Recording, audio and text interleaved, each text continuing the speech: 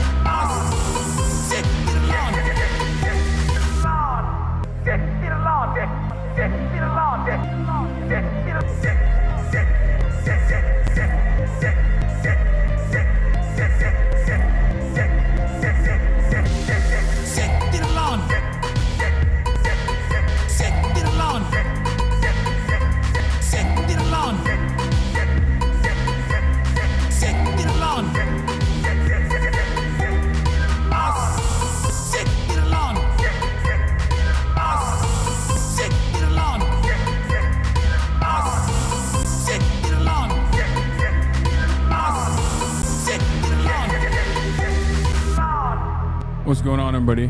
I hope everyone's having a fantastic evening, afternoon, pre-noon, no matter where you are in the world. I'm Hassan Piker, and this is Dawson. Our broadcast coming to you live from sunny California, Los Angeles, folks. We're live and alive, and I hope all the boys, girls, and MBs are having a fantastic one because today's a beautiful day. Today's a wonderful day. Today is Monday. It's Monday News Day, ladies and gentlemen. Are you tired? I'm fried. I'm so tired. I'm fried. I'm tired. But I'm live and I am alive. And I hope all the boys, girls, and MBs are having a fantastic one regardless because it's September 1st. It's the first day of September. Happy By Visibility Month, King. By Visibility Month? We only practice by invisibility around these parts, as you guys know. The Global Alex, thank you for the 20 gifted subs. September has begun. Bro, boo, stay in Michigan. You won't move here. You're too scared. It's true. I'm too scared. I'm too scared of the Midwest.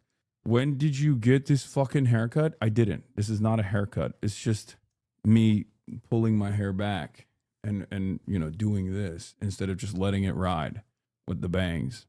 Anyway, ladies and gentlemen, boys, girls, and MBs, is September 1st. It's the first day of September 2025. The year is moving super fast.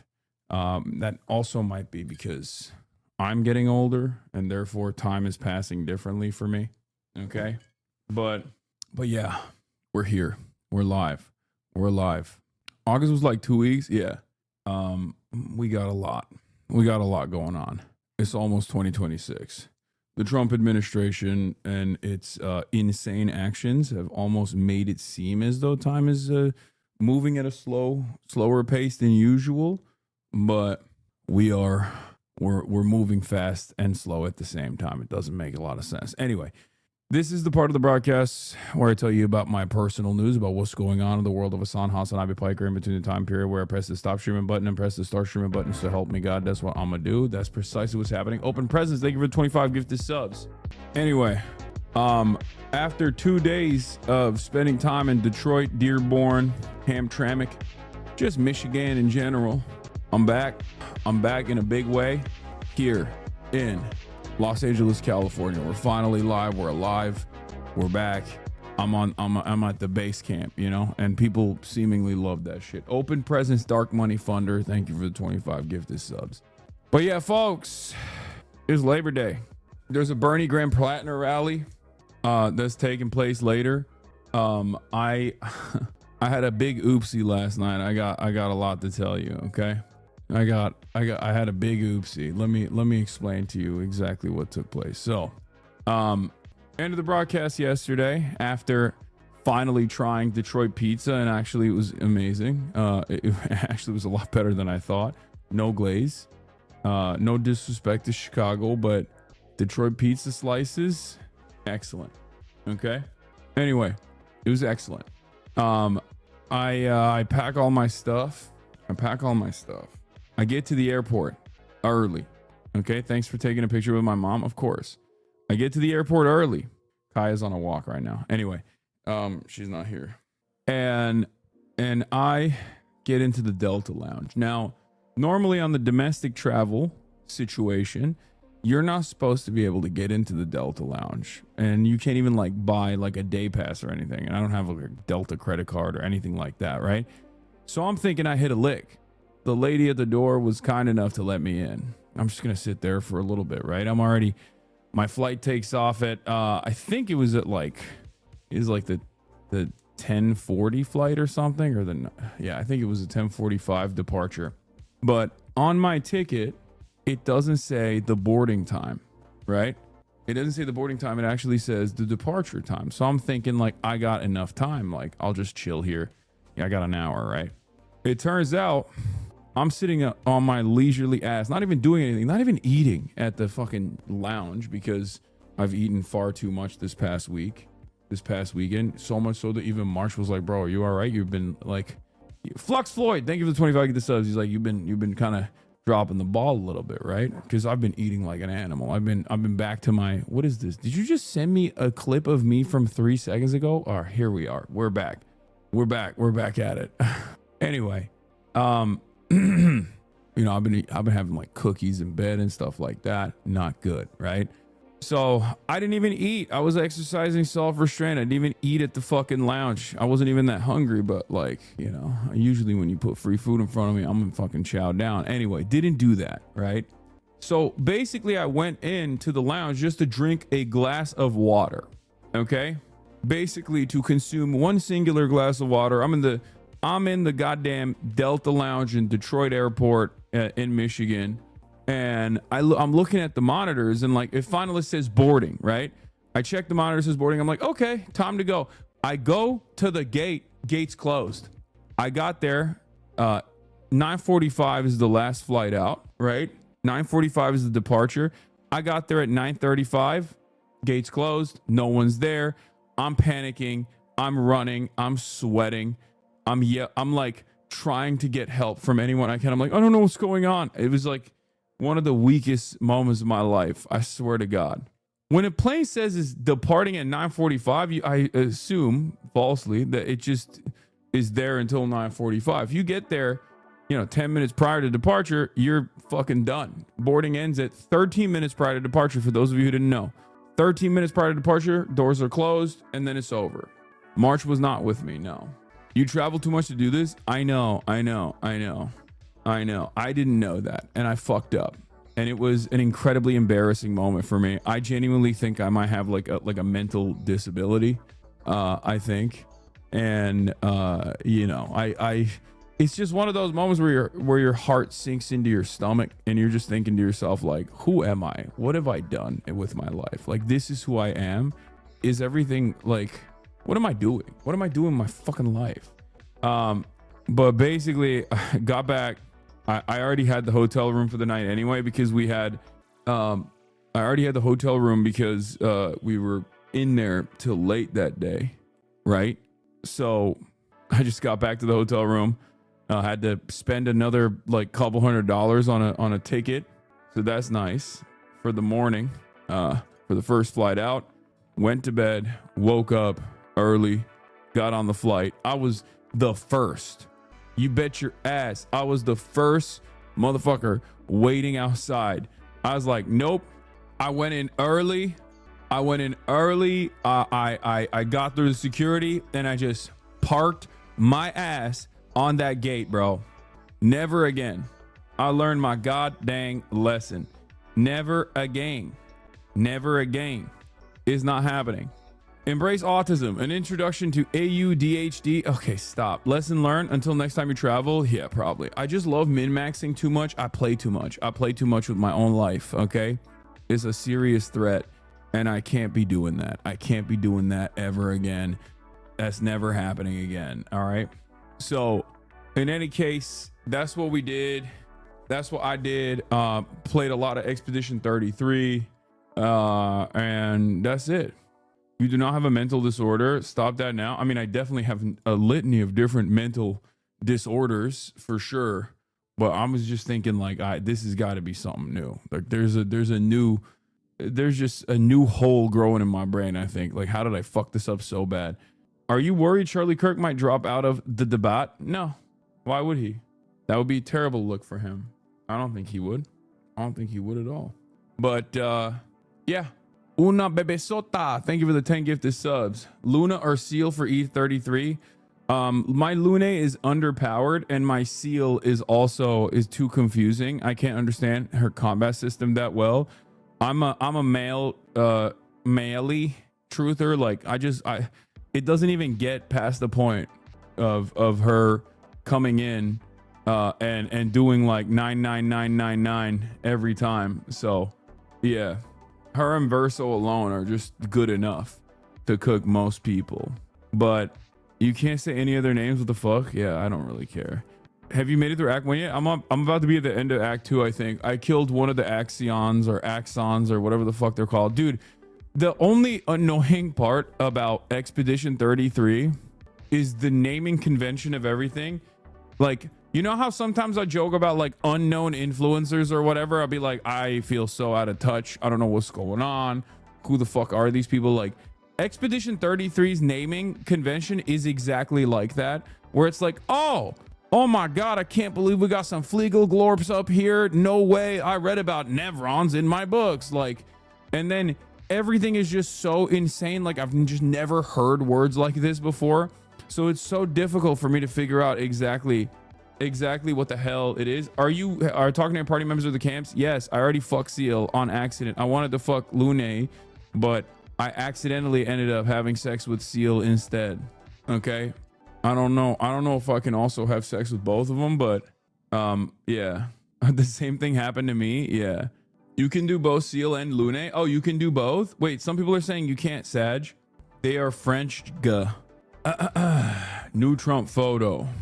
Yeah, I don't know what's going on with that. I think a lot of people are going crazy with this. If you do both, it's bugged. Oh, okay. Lune is like very lightly implied. I mean, they're both lightly implied. They don't show the fucking. Okay. In any case, that's what we got going on. Got off the plane, immediately took a shower, and I'm here. Just say no to Seal the second time. Oh, she tries to have sex a second time again, and you say no, and then you can have sex with Lune. Okay, that's good to know. How do you feel about the music in E33? Is so beautiful, right? I think the score of Expedition 33 is probably my favorite thing about it, which is interesting because, as you guys know, I'm not like a music enjoyer, but the score of Expedition 33 is probably the best part about it. The universe is compelling, but it's not like the most compelling for me.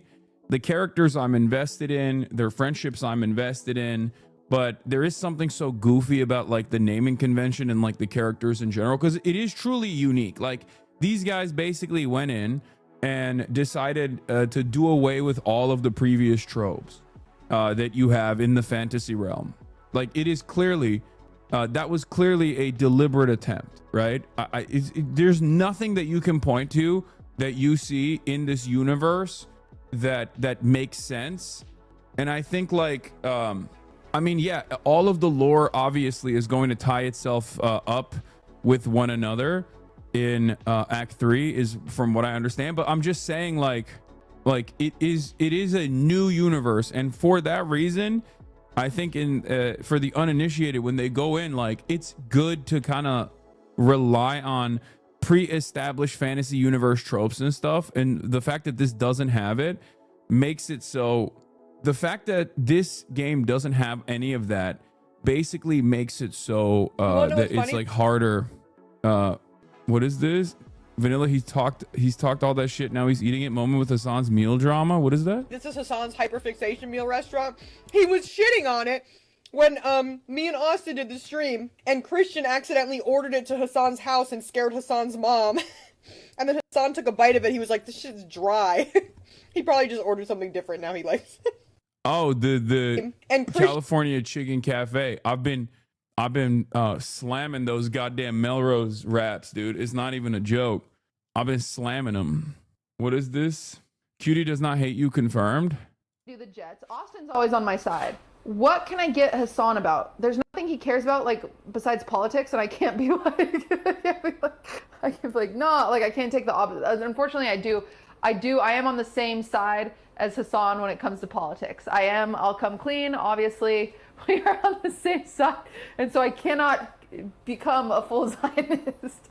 I can't do that. I don't think that's really what's gonna work here. I don't know if that's really, I don't know. Cutie wants to do a peak Fear and peak gaming session. No, that'd be amazing. The barbershop quartet was insane. I know. Austin really did it this time. This episode is great. It felt weird seeing Cutie yell at Will and not you this newest Fear and episode. You guys make her so mad sometimes. I know we do it on purpose. We do it on purpose, and I mean, she's memeing for the most part, but Austin went nutty mode on this app for sure. Have you seen Cutie setting her kitchen on fire? Wait, what? I love Cutie so much because she is so invested in so many different things, but like what you guys see me as a way to understand what's going on in the realm of politics, I low-key rely on Cutie as a way to understand what's going on in the normie sphere, even though she's not a normie at all. But like, she has so many different hobbies and so many different interests, some of which are obviously not even remotely normal, but like, she is the closest I have to understanding what like people are invested in, people want to know about, if that makes sense. She is far from normal. Having said that, a lot of the things that she's invested in, like, she's just tapped in, you know? She's just tapped in. Like, you come to me for politics, you come to me for all the latest and greatest happening in the world, and I feel like I can always go to Cutie for Girly Pop Nation and whatever the fuck, like, people are, whatever the fuck the actual human beings all around the world, but specifically in the United States of America, are invested in. Okay? I guess I am more capitalistic than him. I guess maybe I could do that. Capitalistic. Maybe I'll just steal more of his stuff. I'll just, I can't attack him. He has too many real ops. Yeah, I'll just steal more of his forks. Oh, we're going to talk about Scooter Braun. Don't you fucking worry about it, okay? We're going to talk about Scooter Braun. They're calling it the most Israel-coded relationship, okay? That is like the Scooter Braun, Sydney Sweeney. Sydney Sweeney's rep is in the dirt, okay? She just went up and said to herself, I'm going after a villain. I am going to date a villain.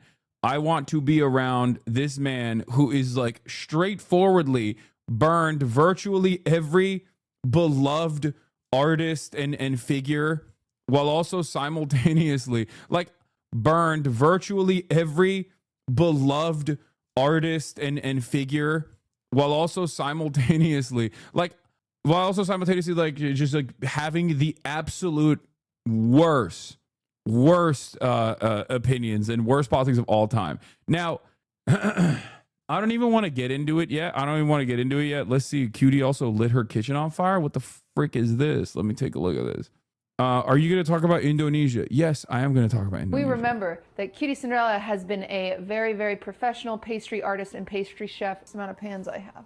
And so instead of questioning every single thing I do, today we are going to join each other in trusting the process. Damn it! That's right, it might be new for you, but what I need you to do is just when you are freaking out and when you think, that's not going to work, shit, fuck! Instead of telling me, hey, flour, I just want you to sit there, okay? Flour's good, right? You need flowers, right, chat? Because it's going to work. It will always work. We're good. Wait, she lit her house on fire? What the heck? Okay, is everyone good? Here's the deal, you guys. Disclaimer, don't use flour. That caused this video. Hey guys, my name is Blair. If you don't know me, I am a trained pastry chef. I've been baking and cooking since I was 10 years old. Hold up, what? And you know what we never talk about? We never talk about safety in the kitchen. And today I want to talk about specifically fire safety, because you never know when you're baking, something could catch on fire, and it's really important to follow these steps. Number one, stay calm. That's the most important thing. Number two, Fire can't exist without oxygen and fuel. So the first thing you should do Yeah, she dropped. That's how you know it's serious. She dropped her government name, dude. is turn off your oven and then close. It like freaks me out when I hear it. It freaks me out when I hear it because like I just straight up in the real world around other adults will call her Cutie Cinderella. Like that's not even a joke. I have never in my life called her Blair. I just say Cutie Cinderella. Like that's, to me, that's her government name. Okay. The door, never open the door. Eventually the oxygen will deplete and the fire will go out. Of course, if the fire gets too big, call 911, or if it's out of control, call 911 right away. If you're in a panic scenario, maybe you need to smother a fire to put out the flames, baking soda is always your go-to. Never use flour. Baking soda is really, really important. I would never, ever, ever use flour.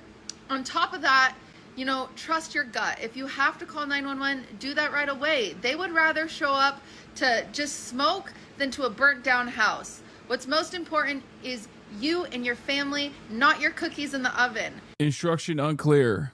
I feel like I gotta use flour now. You call Leslie Foosley and Myung Killer Katamina? Ain't no way. No, that's not. I switch between both for Foosley and Myung. I just call Myung.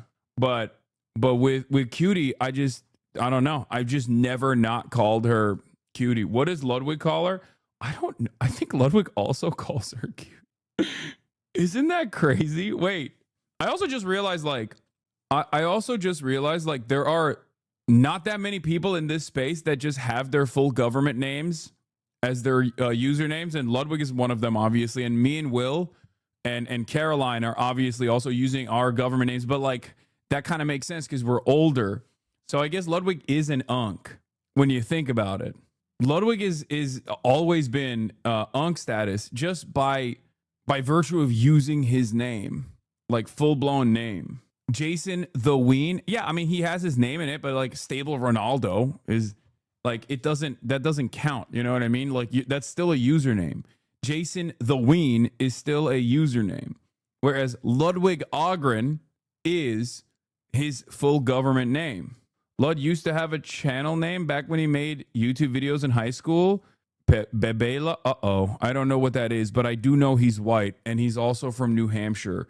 So I don't want to know what he was doing when he was a quirked up white boy, because honestly, it's probably not good. Because like time frame wise, if you're a white boy in the United States of America, okay, in one of the most libertarian states like New Hampshire, it was cringe, not that crazy. Oh, thank God. Okay. I was worried. It was theater kid shit, nothing bad. Oh, thank God. Thank God he was gay instead of, because like white boys in their teenage years have two speeds, gay or racist, sometimes both. And like, I'm so glad that he was just gay instead of, he was one of the gay white boys instead of and I myself was one of the gay white boys too, for the record. Cause you know, I was too invested in constantly doing deviant art and like drawings and shit to get into some real trouble. Bro, what the fuck? HasanAbi, chill. No, that's how it works, man. You either go like the theater kid route or you're racist. I feel like there's nothing in between. I'm telling you, when you're growing up, like when you're growing up in the United States of America, okay, and I grew up in Turkey, so it's a little bit different, but like you're growing up in the United States of America at that time frame, you either were racist or gay. Straight up.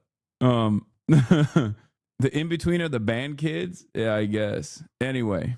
And you know what? It's always good for all of us to have a fire extinguisher in our kitchen, so I would recommend that too. Anyway, happy baking. I hope you guys have a great week. Why is RBN calling you out? Who's RBN? What the hell is RBN? Every day there's like a new person who is doing a call out post, and chatters will always find it. Ruth Bader Nuremberg. Who is RBN, bro? What is RBN? I don't know what that is. And every stream you pay attention to it? Not really. I mean, I could just say like, I don't know what the fuck this is and then move on. Calm down now. What is this? This video never find Hasan Biker. Or maybe he can. I mean, I'm not complaining. Actually, But that one stream where he's wearing the Pepsi top. What is this? That's crazy. I hate film bros.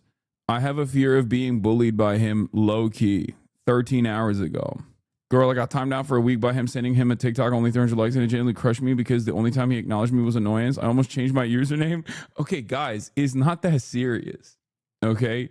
It's not that serious. It's not that serious. If I'm in a bad mood or something, okay, and I'm annoyed.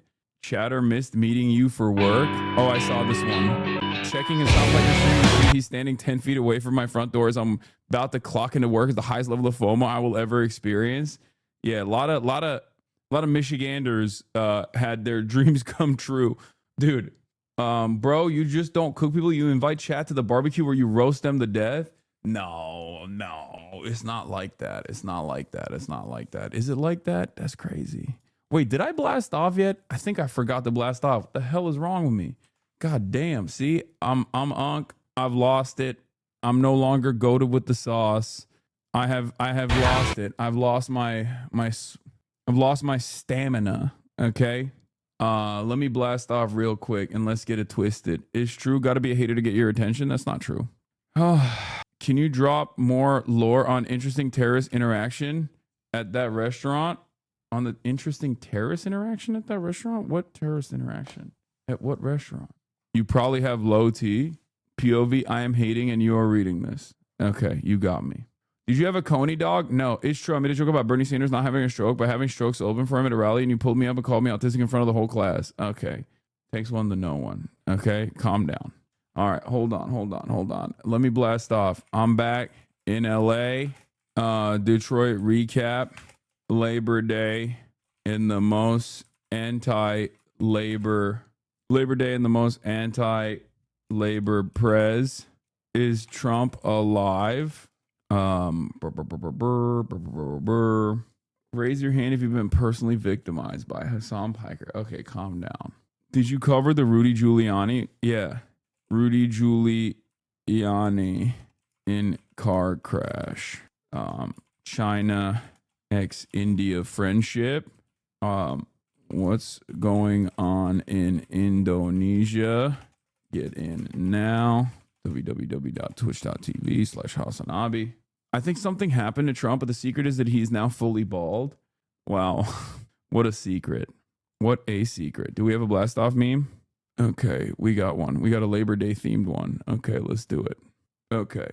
I baited you once years ago. I'm happy because I know you will never visit Sweden. You don't know that. You don't know that. I'm a big Zinner. And therefore, what if I go to the Zin capital? That's where the Zins are made. That's where all of the different nicotine products are made. I might visit one day. You don't know that.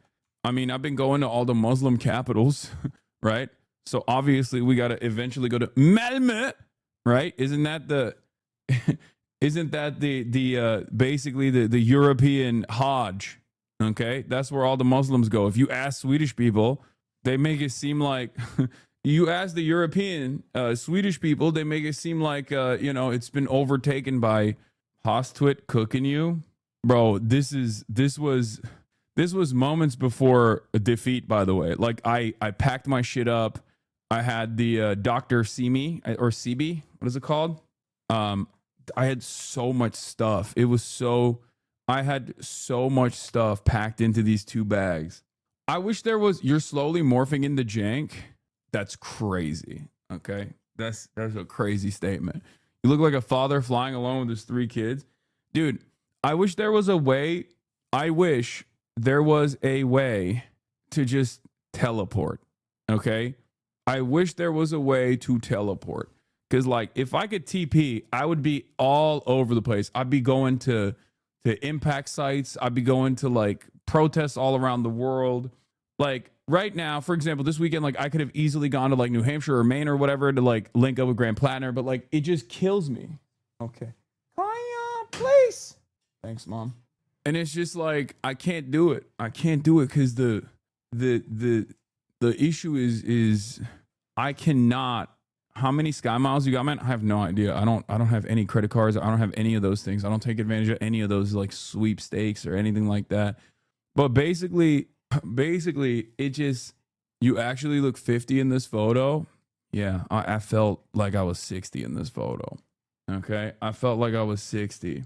Zoran on the I've Had It podcast before Fear and bro have fallen off. First of all, this is the premier real Joe Rogan of the Left podcast. Okay, so of course Zoran's going to go on it. What are you kidding me? Fear and is nothing in comparison to the radical propagandists of the I've Had It ladies. Okay, this is where I get my notes from them. Y'all are like, you Hasan, where do you get your talking points? It's like, it's not chorus. Let me tell you, it's not chorus. It's not dark money. It's the I've Had It ladies. I try to tune into their frequency. You know what I mean? They're the ones building the vanguard. They're the ones doing real existing socialism. They're the ones who are saying, you know, the countryside surrounds the cities. Okay. Woklahoma, rise up. They're the real Maoist peasant revolution. That's it. So of course Zoran's gonna go on their podcast instead of my fake ass LA, not even woke, technically counter-revolutionary Fear and podcast. You know what I mean? Yeah, we got Zoran's moves. What is this? Zoran Mamdani does the wine dance at the West Indian Day Parade. Pix 11 News is back on the campaign trail, including my one-on-one with him about Governor Hochul seemingly be getting very close to endorsing him from... He go wine. New York one, he go wine. NBC, he go wine. Fox News. Damn, he's got moves, dude. What is this? Power grows from the neck of a Chardonnay bottle. Yeah, it's the barrel of a gun, but also the neck of a Chardonnay bottle. Are you going to watch the new Jobry video? Yes, I will be watching the new Jobry video on Jeffrey Jedediah Epstein. I will say,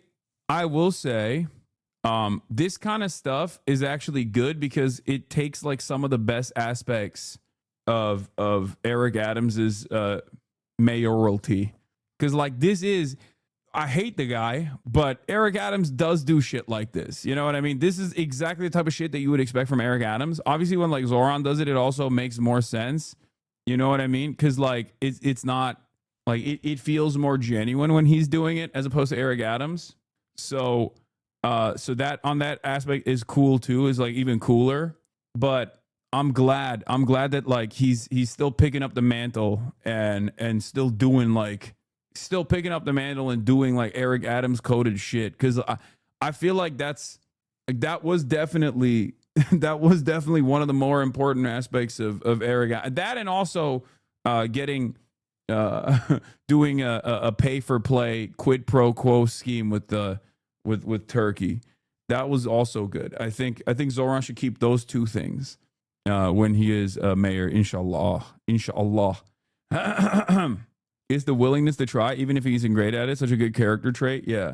Are you going to watch a new Jubilee vid with Patrick Bet David? And are you going to take a nuanced PCM? This guy, you want me to do both of these? These are the two things you've been spamming. Usually when older people get health problems, they happen fast and have a quickly noticeable effect on their body. Trump at his Virginia Golf Club with MAGA. So is this actually from today or is this fake? Like what happened? Because I don't believe this. I feel like there's something weird going on with Donald Trump and we'll talk about it. But like he is not his usual cheery, constantly in front of the camera self. And maybe we have developed some semblance of parasocial relationship with the president, but it does feel like he's given us so much of himself for so long, sometimes when we don't want him to do so, that when he's not on camera, his absence is felt. And I mean, like when he's not on camera, when he's not out and about, it kind of feels very strange. Kind of feels like he might have gotten a stroke or something, you know, because he didn't, like, remember, even through the heat of the Jeffrey Epstein stuff, at the peak of the Jeffrey Epstein stuff, right? When everybody was yelling at him, when everybody was like, when his base was like, dude, are you a pedophile? What's going on? He posted through it. He was live and in front of the cameras every damn day. He never stopped. This is the first time he has not been live and in front of the cameras every damn day. And I don't know why. It kind of feels like maybe he got a little strokey poo. Maybe his stroke game updated. I don't know. It takes 36 to 48 hours to grow and rapid age a clone. I think he's sick and can't look weak to his base and has also been so anti-medicine. Yeah. Here's Eric Adams dancing. Oh, here. This is, thank you. That's not Eric Adams, dude. You're so dumb. You fucking, what? Oh, what do you want? What? Okay. Scared me. This is not. He got sick, so he injected bleach? Yeah, okay. I think he's had some kind of surgery and can't let anyone think his health isn't 100% at all times. I mean, that's not even unique to this president. That's just like a thing that all presidents have done in the past. Throughout history, presidents, good and bad, many of them are bad, not many of them are very good, but even like FDR hid his childhood polio medical conditions, like all the medical complications that come along with like polio. So like that is a thing that has been that's a thing that's happened throughout history. This is awesome. Yeah, blue and on, baby. I believe there's growing evidence of the White House covering up the fact that Donald Trump has been dealing with TIA strokes and that he likely had more another ischemic stroke this week. Yeah, we're going to get into that. We're going to dive into that. We're going to dive into Donald Trump's health complications and how Blue and On is going crazy. Because too raw, too Daniel. What if they're not letting Trump speak because he had a reverse Fetterman stroke and he's woke now? Many people are saying, even the local milk people, that gender is a construct. Look, we have a little fun at these rallies, don't we, folks? But I want to acknowledge first that this is stolen land. I want to acknowledge that we are sitting on stolen Iroquois land. All I'm saying is this is a likely reality. So there's two different brackets here, okay? There is two different brackets here. On the one hand, you got people like this and myself as well making jokes, okay, cracking jokes. On the other hand, you got a lot of people getting offended by people cracking jokes, being like, you're wishing ill on the president. How dare you? And it's like, that's been very funny to watch, because I love when right-wingers who will be like, we must murder every transgender person, will then in the same breath turn around and be like, how dare you? How dare you make light of my big, beautiful president who wants to murder all transgender people and all Guatemalans? How dare you? How dare you even joke about that? You know? And it's like, I don't know, everything you do is violent. Like, can't we just have a little bit of fun? Like, what the fuck? My money is on congestive heart failure. He's just going to keep getting his chest cavity drained of fluid and live till 92, just be really in poor health the whole time. Okay. Well, yeah, it's all the people also that are like now complaining. His exact words were to kill people. Don't do this. Don't do this thing. Like, I'm embellishing. I don't mean like literally, okay? Policy wise, yes, it is about wishing ill to marginalized groups. Don't do that. Don't fucking do that.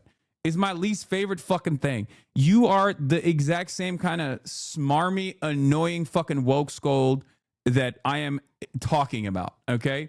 The inability to understand when someone is fibbing, okay? Oh, my ideological opponents are never capable of fibbing. I am going to take everything he's saying 100% seriously. Excuse me?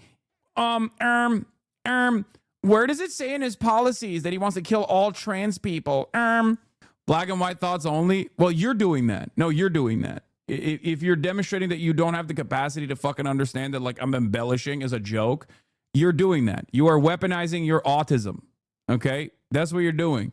It's one of the most annoying shit. It's one of the most annoying things that people do. Okay? It's just immediately, right? We're going to be like, no, my enemies are incapable of engaging in hyperbole. They are being literal 100% at all times. Stop. Erming. Anyway, as I was saying, so on the one hand, there's a lot of people having fun with this, understandably, because, you know, Trump is he's a let's just say somewhat controversial figure. Is that fair? I think that's fair to say. Kaya Place. He is a somewhat controversial figure, right? I'm thinking maybe he's not a very good guy. You know, he's a little divisive. So when you're a little divisive, you got a lot of lovers and you got a lot of haters. And of course, a lot of people are excited at the prospect of, divine intervention of some sort. So they're taking their sweet time with it. They're deriving a lot of enjoyment out of it. Okay. Some people like Felix Biederman are saying this is so evocative. This is exactly how it feels when you have all the moisture in your body beaten out of you by harsh hotel AC. This picture gives me a sympathetic cracking around my lips. Anyway, it would be funny to ask him to do burpees to prove he isn't dying soon. And yet you have, some of the most annoying shitheads who actively, like there's that one, the Korean dude, right? I think he's Korean, that's like constantly posting like the most racist white supremacist nonsense you've ever seen. Okay. He was going crazy. He was like complaining. He's like, you see, the left would be wishing ill of a man who is a grandfather and a father to many children. Kang Min Lee. I fucking hate that guy. Yeah. That guy. Oh my Lord. Not Ollie London, dude. No, the Korean, Ian Miles Chong, basically. And I saw someone call him out being like, dude, you literally say every black person is George Floyd, and you're over here complaining about like the left having a little bit of fun, having a little bit of fun with like an objectively evil person's health complications. Let me see if I can find. Does anyone have it? Does anyone have that link? Yeah, I saw Connor's as well. Connor had a really funny one. No, not the Kongmin, not the. What is this? I'm not asking for you to send me your choice favorite quotes. Japan for the Japanese, English for the England for the English, Korea for the Koreans, America for the Americans. We must defend our homes. Aren't your parents immigrants? They don't claim to be just as American as the native stock. Dog, that is so funny. You are literally a Korean American, LARPing as a white supremacist, living in the United States of America. Like your very existence on U.S. soil undermines the argument that you're trying to make here. And I guess at least unlike Ian Miles Ding Dong, you do live in the United States of America and you're not LARPing. Also, this account in and of itself is also very funny. This is a British dude. This is a British dude LARPing as a Japanese person. So many such cases. I don't know what happened on the internet, but like 90% of all white supremacist accounts are straight out of India. Okay. Like all the defend the West and defend Israel accounts, every single one of them is from Uttar Pradesh.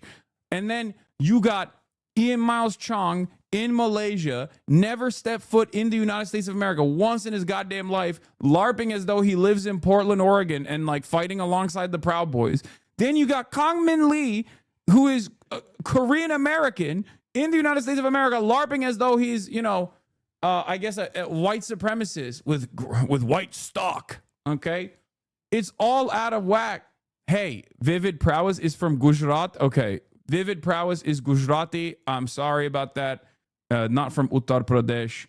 But it's so funny. It's just funny to me that like all of these people are having like a collective identity crisis at all times. Like this motherfucker is a British dude LARPing as a Japanese guy talking about getting the immigrants out. Okay, dog, you're the immigrant they want out of the country. Like, what do you mean? There's another one who's never even been to Japan who LARPs as though he is in Japan. Also another British dude. What are you doing? What is happening? You've been away from daddy for 2 days and they have let you do whatever you want, huh? That's what's going on. I see what it is. Like, there's nothing funnier than a British dude living in Japan saying, breaking, thousands of locals marched in Osaka yesterday demanding an end to immigration. And it's like, yeah, they want you out, you fucking dingus. They want you out too. Japanese people aren't just going, oh no, we only don't want Indians in the country. They're saying we don't want any foreigners. You're a foreigner. There's no like, they don't have this like designation for white people, like this special designation for white people. Japanese xenophobes don't want white people too. So when this dingus is posting this stuff, I'm like, yeah, bro, they want you out of the country too. Anyway, but yeah, it's all busted. It's all busted. You don't got the good racists no more. You know what I mean? Like, what happened back in the day? No, you wrong. Racist Japanese love white people. No, someone has lied to you. That's just false, objectively. No, racist Japanese people do not want white people in the country either. Okay? They do not. That's 100% objectively untrue. They do not want white people either. in Japan, if you are a white boy living in Japan, if you are otaku, okay, you will get like searched by the police for simply being white. Like, it's not even a joke. There is straight up discrimination against white people and all non-Japanese people. But of course, one of the most significant versions of Japanese racism and phobia, xenophobia, actually stems from the hidden notion that at any given moment, their society might be secretly Korean or secretly Chinese. That is unironically the most consequential version of Japanese xenophobia. Like, yeah, they don't like anyone that's not Japanese, but this even includes being worried at all times that there are secret Korean and secret Chinese living amongst them at any given moment. So that is another ironic and lesser known version of Japanese racism and Japanese xenophobia.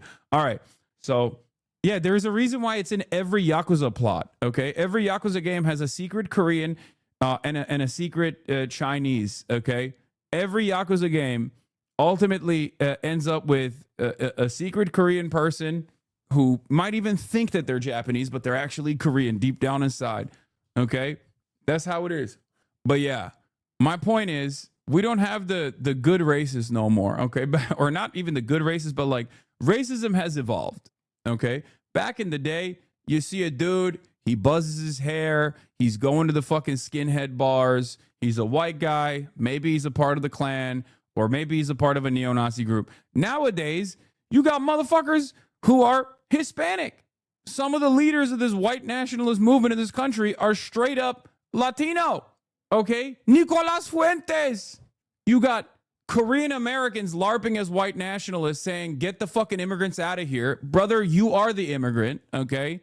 You got motherfuckers living in Malaysia behaving like they're also white supremacists in the United States of America. 90% of the most prominent like Defend the West accounts are people who have never stepped foot in the West. And half the time, the people that are receiving that message, if they only knew the dude that they were listening to was Indian, they probably fucking have an identity crisis. It's ridiculous. It is ridiculous. We don't have the OG version. We no longer have the OG version of like the most prominent people in these white supremacist movements are white. That's gone. It's not the case. That's not the case anymore. And yeah, there's DEI in the racism factory. Yeah, this was really funny. March's post. Look at his head. I don't know. Is this reporter trying to get him in trouble? What is this? Streamer IShowSpeed and Rep Max Frost filmed in the Capitol outside the House chamber and Speaker's lobby. Reporters are strictly not allowed to film or photograph in either of these areas. Not sure if these rules are different. I mean, maybe he's just jealous. I don't know. He's just jealous that IShowSpeed got to do. Congress reporter for Courthouse News. I don't think he's being serious. I don't think he's like trying to narc on him and get him in trouble or something. But I'm sure Maxwell Frost got like the proper clearance or whatever ahead of time. But in any case, IShowSpeed, if he was a real one, he'd be doing a January 6th again. You know what I mean?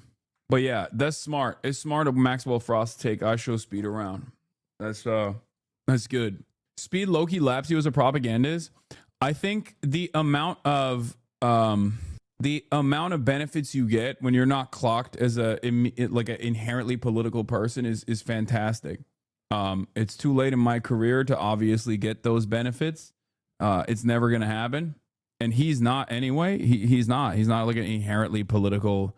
I mean, he's not like a political commentator or anything. He just has like some beliefs, some things that he believes and pushes for. And that's a good thing. Right. But overall, what is this? What is this link? He kind of did. Oh my God. Did he almost do a January 6th? IShowSpeed almost do IShowSpeed delivers a speech outside the U.S. Capitol building in Washington, D.C. What the fuck? Whoa. Hey. Are they saying I show meat outside of the Capitol? Ain't no fucking way, dude. That is insanity. Hey, we're at the Capitol. We're at the Capitol right now. It's not the time. What the fuck? Okay, now they're saying IShowSpeed. Yeah, some kid rage baited him earlier, and it's been meat ever since.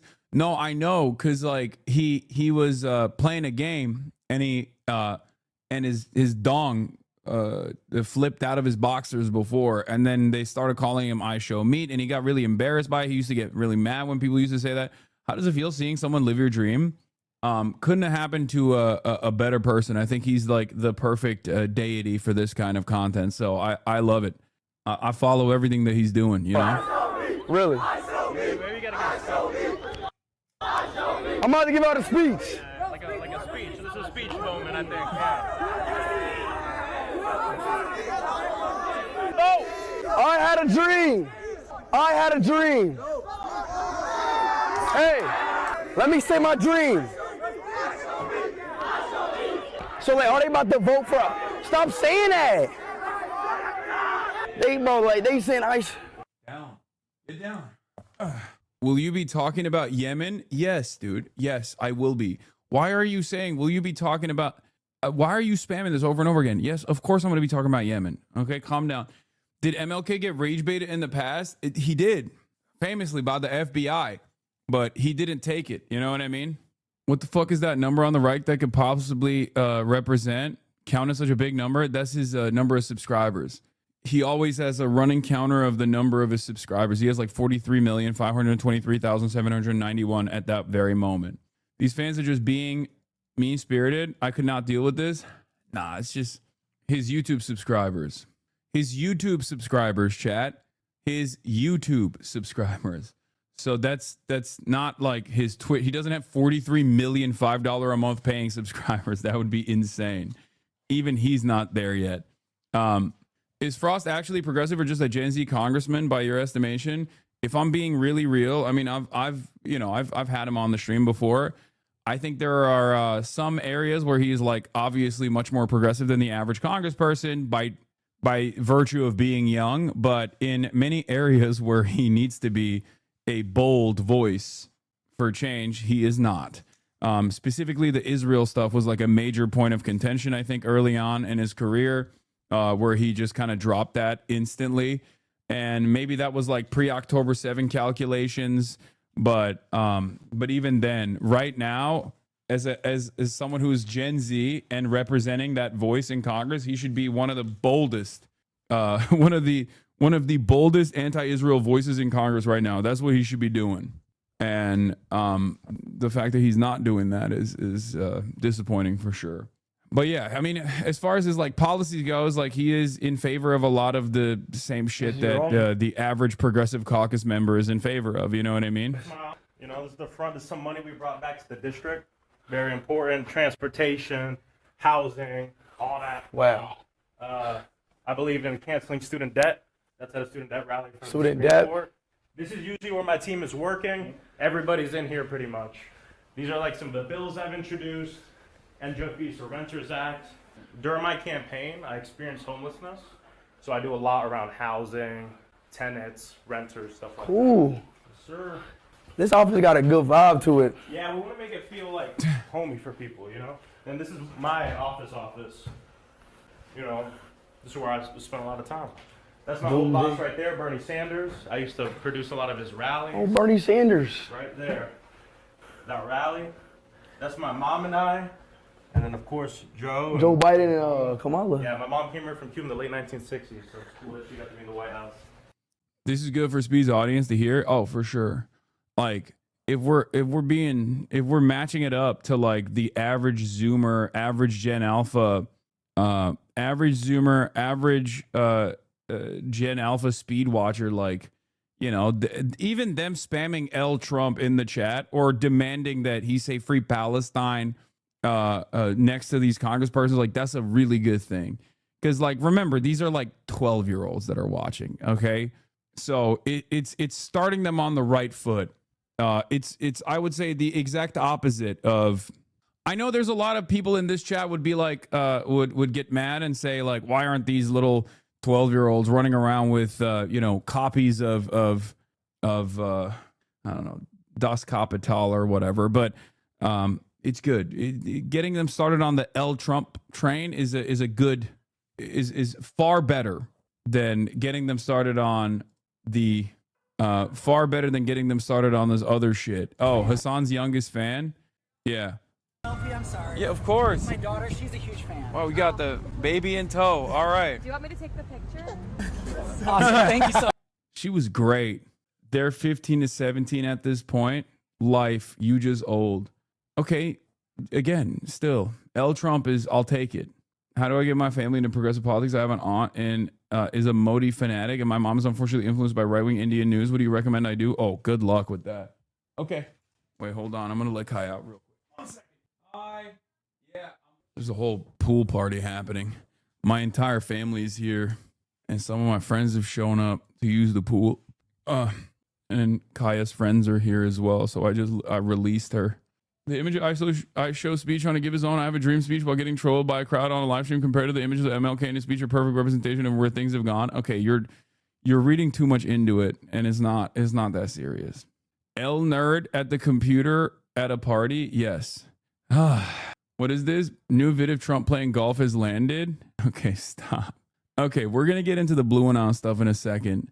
But yeah, this was funny. This was a funny Connor tweet.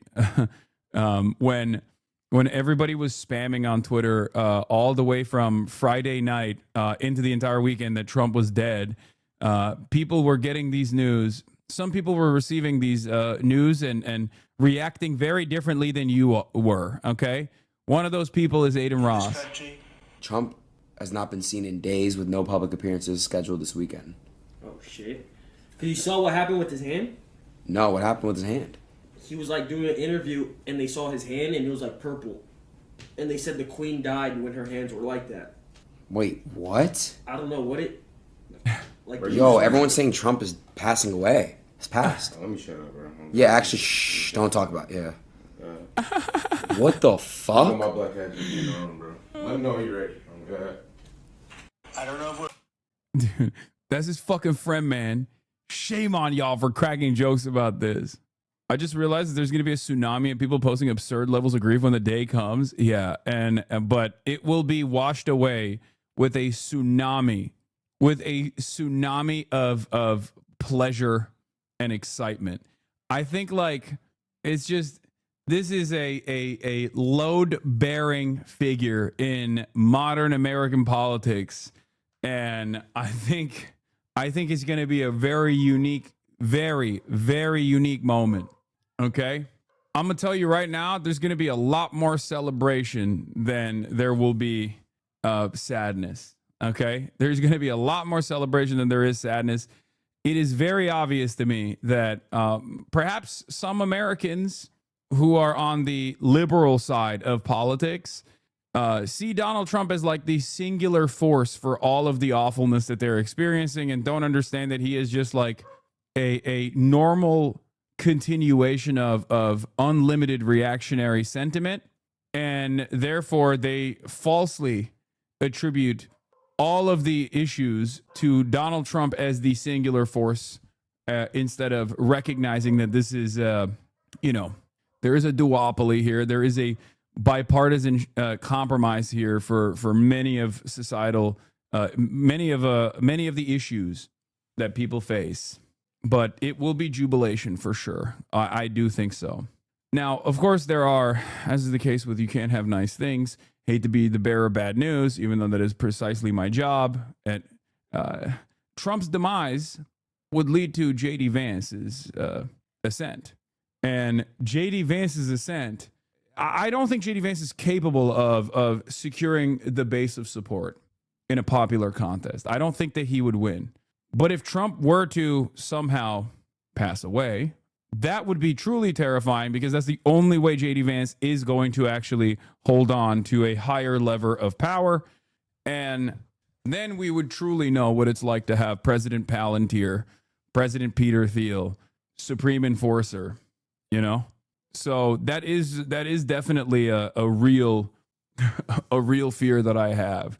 So we can't have nice things, basically, okay? That's my point. We just cannot have nice things ever.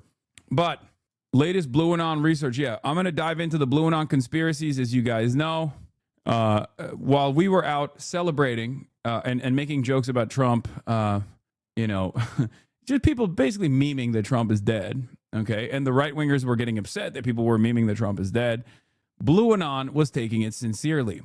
Here's Adam Cochran, investor, professor, policy consultant, author, independent investigative journalist, and father, trying to make the world suck less. This is a 31 tweet Twitter thread from Adam Cochran. Now, if you're old enough in this community and you were around for Trump 1, you remember there were figures similar to this. There were Blue Anon figures back in the day as well. Seth Abramson comes to mind. He was one of the prominent Trump guys. Okay. There were a bunch of these guys that like had gotten their brains broken with Russiagate stuff. So they would almost always tie everything back. Louise Mensch, as another good one. They would always tie everything back to like, Donald Trump's having gay sex with Vladimir Putin. Now, those guys haven't been as active or as prominent in Trump 2, but they were a important fixture. They were an important fixture of the Blue Anon movement in Trump 1. They were a prominent feature of the resistance against Donald Trump in Trump 1. Okay? Nowadays, they're not around as much. They're not as visible. They're not as loud. But every now and then, something just like something like this gets out of control, it snowballs, and it becomes this like massive thing. Or maybe I just don't see the Blue Anon people because it's not on my fucking Twitter timeline. But they're still here. Blue Anon, in most circumstances, can have a firm commitment to the fact that the election was stolen by Trump, and that SpaceX and the Starlink Elon Musk connection actually played a role in changing the outcome of votes. They think that there are like vote count disparities. Reddit / something is wrong 2024 is one of the largest subreddits where you can tap in to what the Blue Anon guys are up to. Okay. They believe that Elon Musk hacked the election for Donald Trump. So this is one of those threads. There was another prominent like Blue MAGA, Blue Anon thread that we looked at a while back that accused JD Vance of being a child rapist. That one got like hundreds of thousands of likes. If you remember, this guy came out and was like, I have evidence. JD Vance, the child rapist. That's why he changed his name. And I'm going to prove it. That was awesome. That was crazy. They went nutty for that one for a little bit. Anyway, sus, weirdly informed. I am a enjoyer of every different type of political curio, and American politics is a target-rich environment for that kind of thing. So anyway, I believe there's growing evidence that the White House is covering up the fact that Donald Trump has been dealing with TIA strokes and that he likely had more significant ischemic strokes this week. Let's start with the basics. TIAs are temporary blockages. You'll see symptoms, leg dragging, eye drooping, etc., but they resolve within 24 hours. Ischemic strokes leave a lasting impact, but can range dramatically in scope and severity. TIAs precede an ischemic stroke in about 30% of patients and often result in a long-lasting interventions to try and prevent any risk of a larger stroke. Now let's get to what paints this picture with Trump. In March 2024, Ron Filipkowski notes that Trump has been dragging his right leg for a while. It's something we've seen him do on and off over this past year, but not super notable on its own. Let's take a look. I see a sexy man doing a sexy dance, for the record. Okay? I see a sexy man doing a sexy dance. I don't know what these haters are saying that he's dragging his right feet. 531. Then in Time Magazine interview from right after the election, we see the first note of Trump's hand bruising. Once again, something people didn't think much of at the time. Sitting under the bright lights for a 30-minute photo session ahead of a 65-minute interview, he's asked to explain the bruising on his right hand. It's from shaking hands with thousands of people, he says. Okay? It comes up again during the Macron visit on February 25th, 2025, where Caroline Leavitt repeats the lie about it being from shaking too many hands. Okay? The next medical event we see is the president's annual physical report. Comparing the medication list to his old reports, we notice that there are three new medications: rosuvastatin, ezetimibe, and a daily aspirin. Well, the daily aspirin is normal, but I don't know what the fuck these two things are. What is it's for cholesterol control, apparently. And the daily aspirin at that age is normal. It's for mitigating some sort of like heart condition. You know what I mean? You just do it you just chew aspirin, I think. The daily aspirin is not normal. No, old people take daily aspirin, don't they? To make sure they don't have like fucking some kind of heart condition. Anyway, let's continue. I fear when I watch this kind of stuff, when I read into this kind of stuff, I fear that there are many in my audience that actually go, hold on, this is real. Okay. At first, I thought this might be normal medication for managing cholesterol, but I've certainly heard of preventative aspirin use in the past, but I decided to interview some heart specialists, and I'm glad I did. There are two general takeaways I heard from multiple specialists. Daily aspirin is not recommended for prevention anymore. An aspirin regime is treating something. Ezetimibe, I don't know if I'm saying it right. I'm definitely not saying it right. Is a second-line medication not used for regular LDL treatment. Statins like rosuvastatin will manage cholesterol alone, whereas ezetimibe will be used as a second line if the patient is at high cardiovascular risk, such as prior strokes, heart attacks, or arterial disease. Then is used for stroke prevention. Trump's previous medical reports claim his cardiovascular health is great and is on the statin, so he shouldn't need ezetimibe. But this also brings us to the aspirin. As it turns out, aspirin has been advised as a daily course prevention method for quite a while. Hasn't been advised.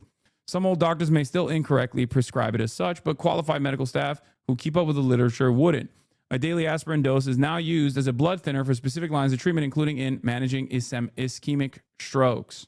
Then in June, we see Trump's swollen. The White House medical team is willing to admit he's got CVI. His bruising is related to aspirin regime and shaking hands. 1431. What is it? Ezetimibe? Other name for it is Zetia. Okay, I'm just going to say Zetia. They keep coming back to this claim that as aspirin does indeed make bruising easier. There's three problems with this claim. Bruising is seen on both hands, not just his dominant hand. The next problem, CVI is not a sudden onset issue, and swollen ankles is an intermediate symptom. An annual physical in April would have caught CVI back then if ankles were going to be swelling, and aspirin isn't CVI treatment.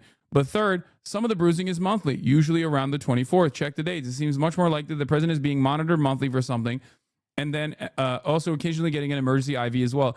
I could totally see that, by the way. Blue and not conspiracy aside, I could see that bruising being a consequence of like getting monthly, what do you call it? Like monthly IVs.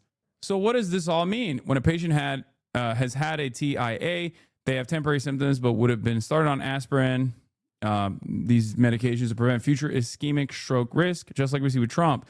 The patient having TIAs may have temporary symptoms for 24 hours afterwards, including face drooping, leg dragging, or trouble walking in a straight line. This was weird. Oh my God, it's working. It's working on me. It's working on me. I'm believing it now. I'm a blue and on guy. I'm a truther. He's dead. He's been cloned. Patients who experience very mild strokes that are not on TIA, such as lac interstroke or minor ischemic stroke, may have persistent but barely noticeable symptoms, such as drooping on the lip, eyelid, and eyebrow, which would be on the same side of the leg dragging symptom. I think he's just old, man. That's it. He's just a droopy guy. That's just what happens when gravity takes over. You know what I mean? Like, I think we're reading too much into the tea leaves here. Okay. Like, if a patient under White House level medical care was seen having a stroke, they'd be scanned to rule out a hemorrhagic with the White House portable MRI, and then could receive alteplase, a clot-busting peripheral IV, often given in the hand for elderly patients. If that patient was on aspirin for cardio risk management and or potential calcium blockers, we'd expect bruising on the hands, swelling on the ankles. If they had a mild ischemic stroke, we'd expect the patient to be on bed rest for 24 to 48 hours, by 2 to 3 days, able to take smaller assisted steps, and the patient may have facial droop, flatter facial creases, or their mouth agape due to facial muscle weakness. This photo doesn't look good. Okay. I'm not gonna sit here and act like this is a good photo for him. Okay. He's not exactly the sexiest guy, contrary to what the weirdos who love Donald Trump might claim. He's not exactly the sexiest guy. He's not known to be a looker. Okay. Having said that, I think it's cool that we finally have another Brandon. Welcome back, Joe Brandon. It's Brandon 2. Okay. That's it. We got Brandon 2, Brandon 2.0. He's here. Even though they could walk at this time, speech and complex motor skills may still be recovering. And we noticed Trump oddly kept the press pool very far back from the White House and hasn't allowed them on the golf course. We also noticed that he was dressed as the same as the last time he went golfing with Kai, and that MAGA influencers were given an old picture to circulate from January and his other golfing picture from June 27th. Yeah. Also, whenever the administration actually cares about a particular thing, they will release like info. They'll info dump to the regular fucking Twitter sphere, right? And they will all turn around and post, President Trump's the best grandpa. Trump looks so young. I love this photo. Okay. It's an old photo. It's an old ass photo. They posted old ass photos. Like they were just like making it seem like he was hanging out with this professional golfer. He was not. You know what I mean? Those same influencers were circulating a video of him in the same outfit, but that one came from June 29th this year. Yeah, this is not a new video. This is an old video, but they were literally circulating this on Saturday as though it was a new video. Bravo! Hi,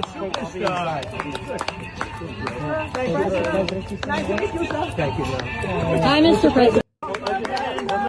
Wait, this man did another 31 Twitter thread. No, this is the one. This is the fucking thread that we're looking at. The next picture of him today, this was from yesterday, from afar with continued face droop. He once again spoke with no reporters before going golfing, and both times reporters were confined to the tennis court out of view of his course instead of letting them take pictures like normal. This is a new one.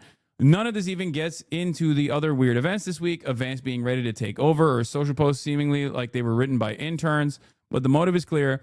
They know Vance does not have the same hold over the base of the party nor the Republican Congress. If Vance was president, the admin would get far more pushback. This is true. Under a normal administration, a president having repeated TIAs wouldn't be removed from office, but even a moderate ischemic is likely to impact mental faculties and merit the 25th Amendment being invoked. That's never happening, though, because Democrats are unfortunately too cowardly to do anything against the Trump administration at this point. Vance and Miller know that their federal power consolidation requires continued implementation leading up to the midterms, and Trump's own ego will mean he never lets go willingly. So unless the White House can provide a transparent explanation of his health. Wait, what? Absolutely, Lamau? What do you mean? I just don't think the Democrats are going to move in that direction. 25th would be cabinet members, not the Democrats in Congress. Okay, but the cabinet members are obviously not going to do it either. The cabinet members are not going to do it. No, I'm saying like the Democrats are not going to pressure to pull the 25th button regardless. And also, it didn't happen for Joe Brandon. You know what I mean? Like, my assessment of the situation is, my assessment of this kind of situation is usually that, like, what you see as far as the president health is the most rose-colored version of actual events. No matter who's in charge, whether it's a Democrat or Republican, doesn't matter. Okay, that's just how it is. Okay, but because Donald Trump is, Mr. I love being in front of the cameras and chopping it up every day, it is unique that he is no longer doing that. This is the reason why a lot of people are going, there is definitely a real health complication. Okay. But given the fact that no matter who's president, the version of the president's health that you see in public is going to be the best possible version, like far better than what is actually happening behind closed doors. This doesn't look too good. Okay. That's all I'm saying.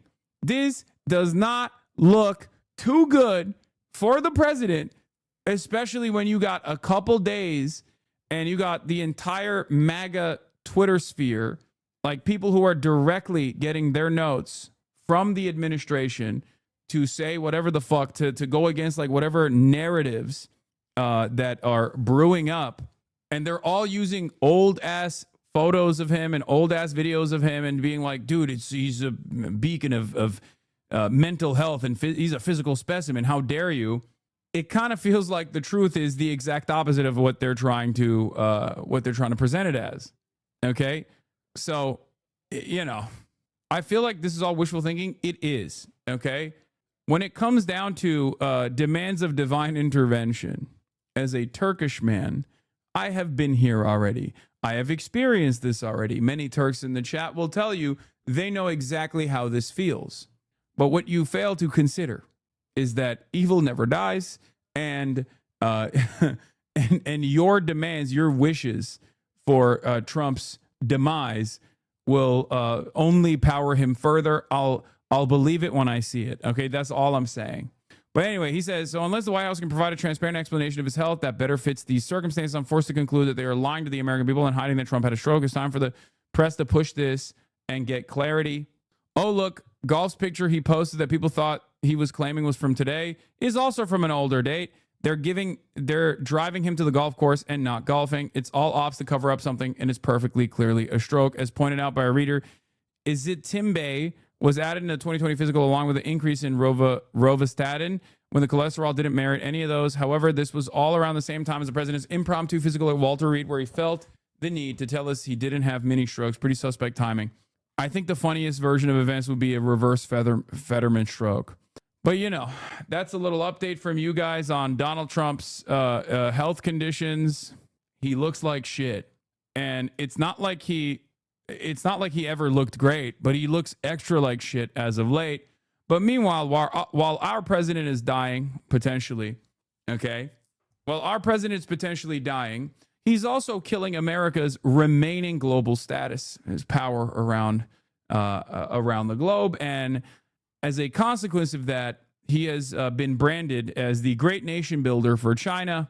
And of course, other leaders are taking up that power void that remains. Of course, we're going to talk about the summit that took place between India, Russia, and China. I'm going to go pee real quick. Holding hands, Russia's Vladimir Putin and India's Narendra Modi head straight for their host, Chinese President Xi Jinping. They form a huddle with their translators and exchange a few words, even a few laughs. For Xi, the optics are ideal as he seeks to assert himself as a world leader they can count on. In his opening speech at the Shanghai Cooperation Organization Summit, he told members that global governance had reached a new crossroads, taking not-so-subtle jabs at the United States. We should uphold fairness and justice. We must promote a correct historical perspective on World War II and oppose the Cold War mentality. We should block confrontation and bullying practices. When Donald Trump upended the global trading system, he provided fertile ground for President Xi to rally partners from around the world. This summit is one example, aiming to strengthen ties between more than 20 countries from across Asia and the Middle East through cooperation on issues ranging from AI, infrastructure, or the creation of an SCO development bank. Modi would have once been much more cautious about showing public displays of affection for Putin and Xi as he tried to cultivate India's relationship with the US. But with Delhi currently facing a 50% levy on its exports, analysts say Modi has been pushed into the arms of his Chinese counterpart, even despite years of tensions over a border dispute. The Shanghai Cooperation Organization can become the guiding light for multilateralism and an inclusive world order. Meanwhile, people always say do nothing win, but like this is doing something. It's not doing nothing. He is doing something. Okay. It's really interesting. It's so funny that this is happening for actually no reason. I mean, it's not necessarily, there is a reason for this. Part of that is because Donald Trump is in this unique bind where on the one hand, he must, for the foreign policy decisions of America, for the State Department, he has to apply pressure to Russia because Russia is delivering a significant blow to American hegemony by, you know, disrupting the power that America had as the world police, right? He's like, nope, I'm going to do some fuck shit. I'm going to invade Ukraine. I'm going to kill as many people as I want, and you can't do anything about it. And then after years and years of America being like, no, you can't do that. We're going to help Ukraine to the best of our ability. It's clear that it hasn't worked. But on top of the existing sanctions, there is obviously another sanctions package that Donald Trump could potentially entertain.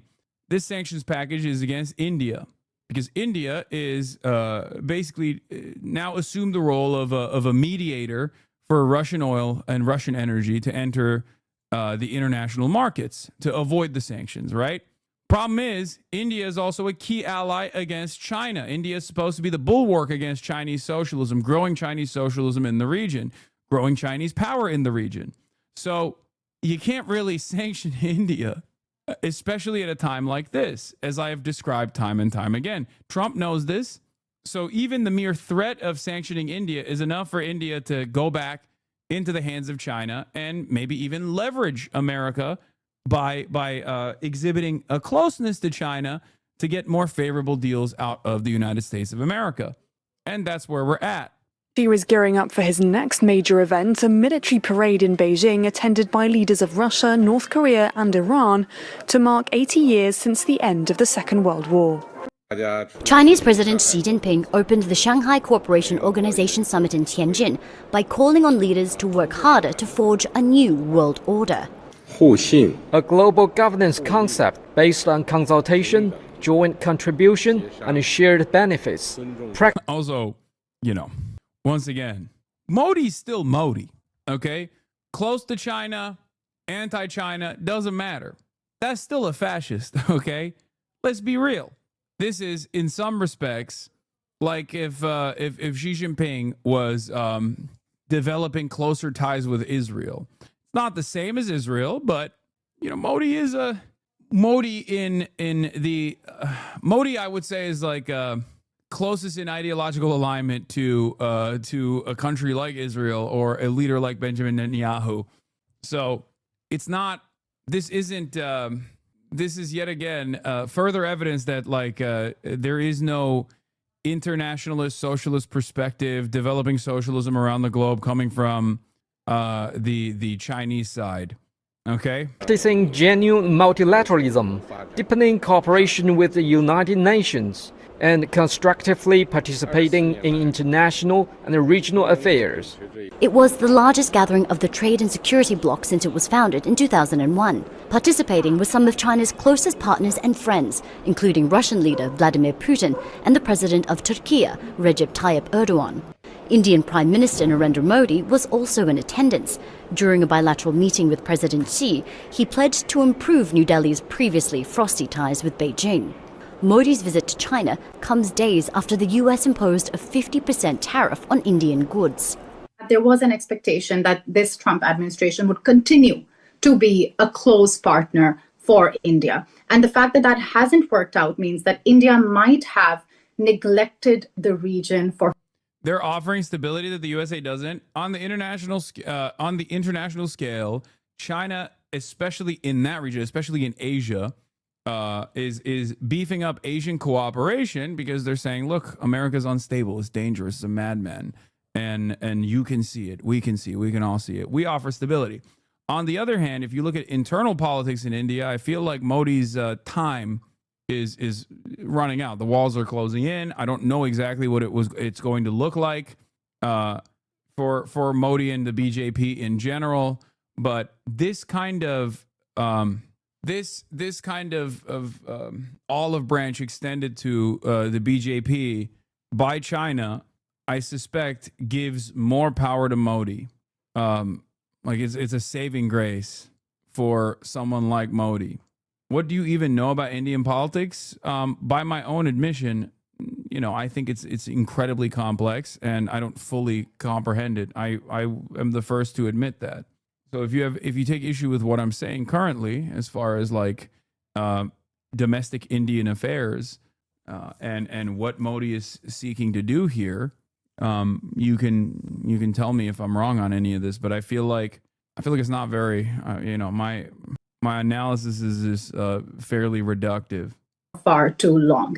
Many of the nations at this summit share India's frustrations with US tariffs. Xi Jinping wants to harness that frustration and motivate SCO members to work more closely together to reduce their reliance on Western-led security initiatives and trade. The bloc signed a joint statement and agreed on a development plan for the next decade, pledging wider cooperation in energy, infrastructure, green industries, the digital economy, and artificial intelligence. An SCO development bank. You do understand that Xi doesn't choose the Indian prime minister, right? No, of course not. What do you mean? I'm not saying that at all. I'm not sure how much power Xi Jinping would have over Indian affairs in general, but the power that he does have is a very important regional power he is using to prop up Modi like this. And the reason why he's doing that is because this is, once again, America's major bulwark in the region against growing Chinese influence. So it's purely self-interested from the Chinese perspective. Will be established, with some pushing for an independent payment system to reduce dependence on the dollar and circumvent Western sanctions. In the face of a resurgence of unilateral bullying, the summit issued a statement firmly supporting the multilateral trading system with the World Trade Organization at its core. It called for the elimination of unilateral practices that violate WTO rules, sending a clear message of rejecting hegemony and upholding fairness, and voicing a shared commitment to maintaining an open world economy. China has pledged to provide $218 million in aid and loans to member states and expand educational opportunities. Numerous meetings were held on the sidelines, which provided an opportunity for Putin to brief Modi and Xi on his summit with US President Donald Trump in Alaska last month, a meeting he said he hoped would pave the way to peace in Ukraine. Katrina Yu, Al Jazeera, Tianjin, China. Don't miss out. Get the full picture. Subscribe to Al Jazeera for reliable. We're trade maxing. New comments from Chinese leader Xi Jinping, who took a veiled dig at the U.S. as he promoted his vision of a new global order. Xi told leaders at a major summit, quote, "The house rules of a few countries should not be imposed by others." He said more as well. We should advocate for an equal and orderly, multipolar world and a universally beneficial and inclusive economic globalization, and make the global governance system more just and equitable. What truly interesting is who was there rubbing shoulders with Xi. Russia's Vladimir Putin and India's Narendra Modi all shared a laugh with the Chinese leader on the sidelines, really almost literally. Dude, I don't understand one thing here.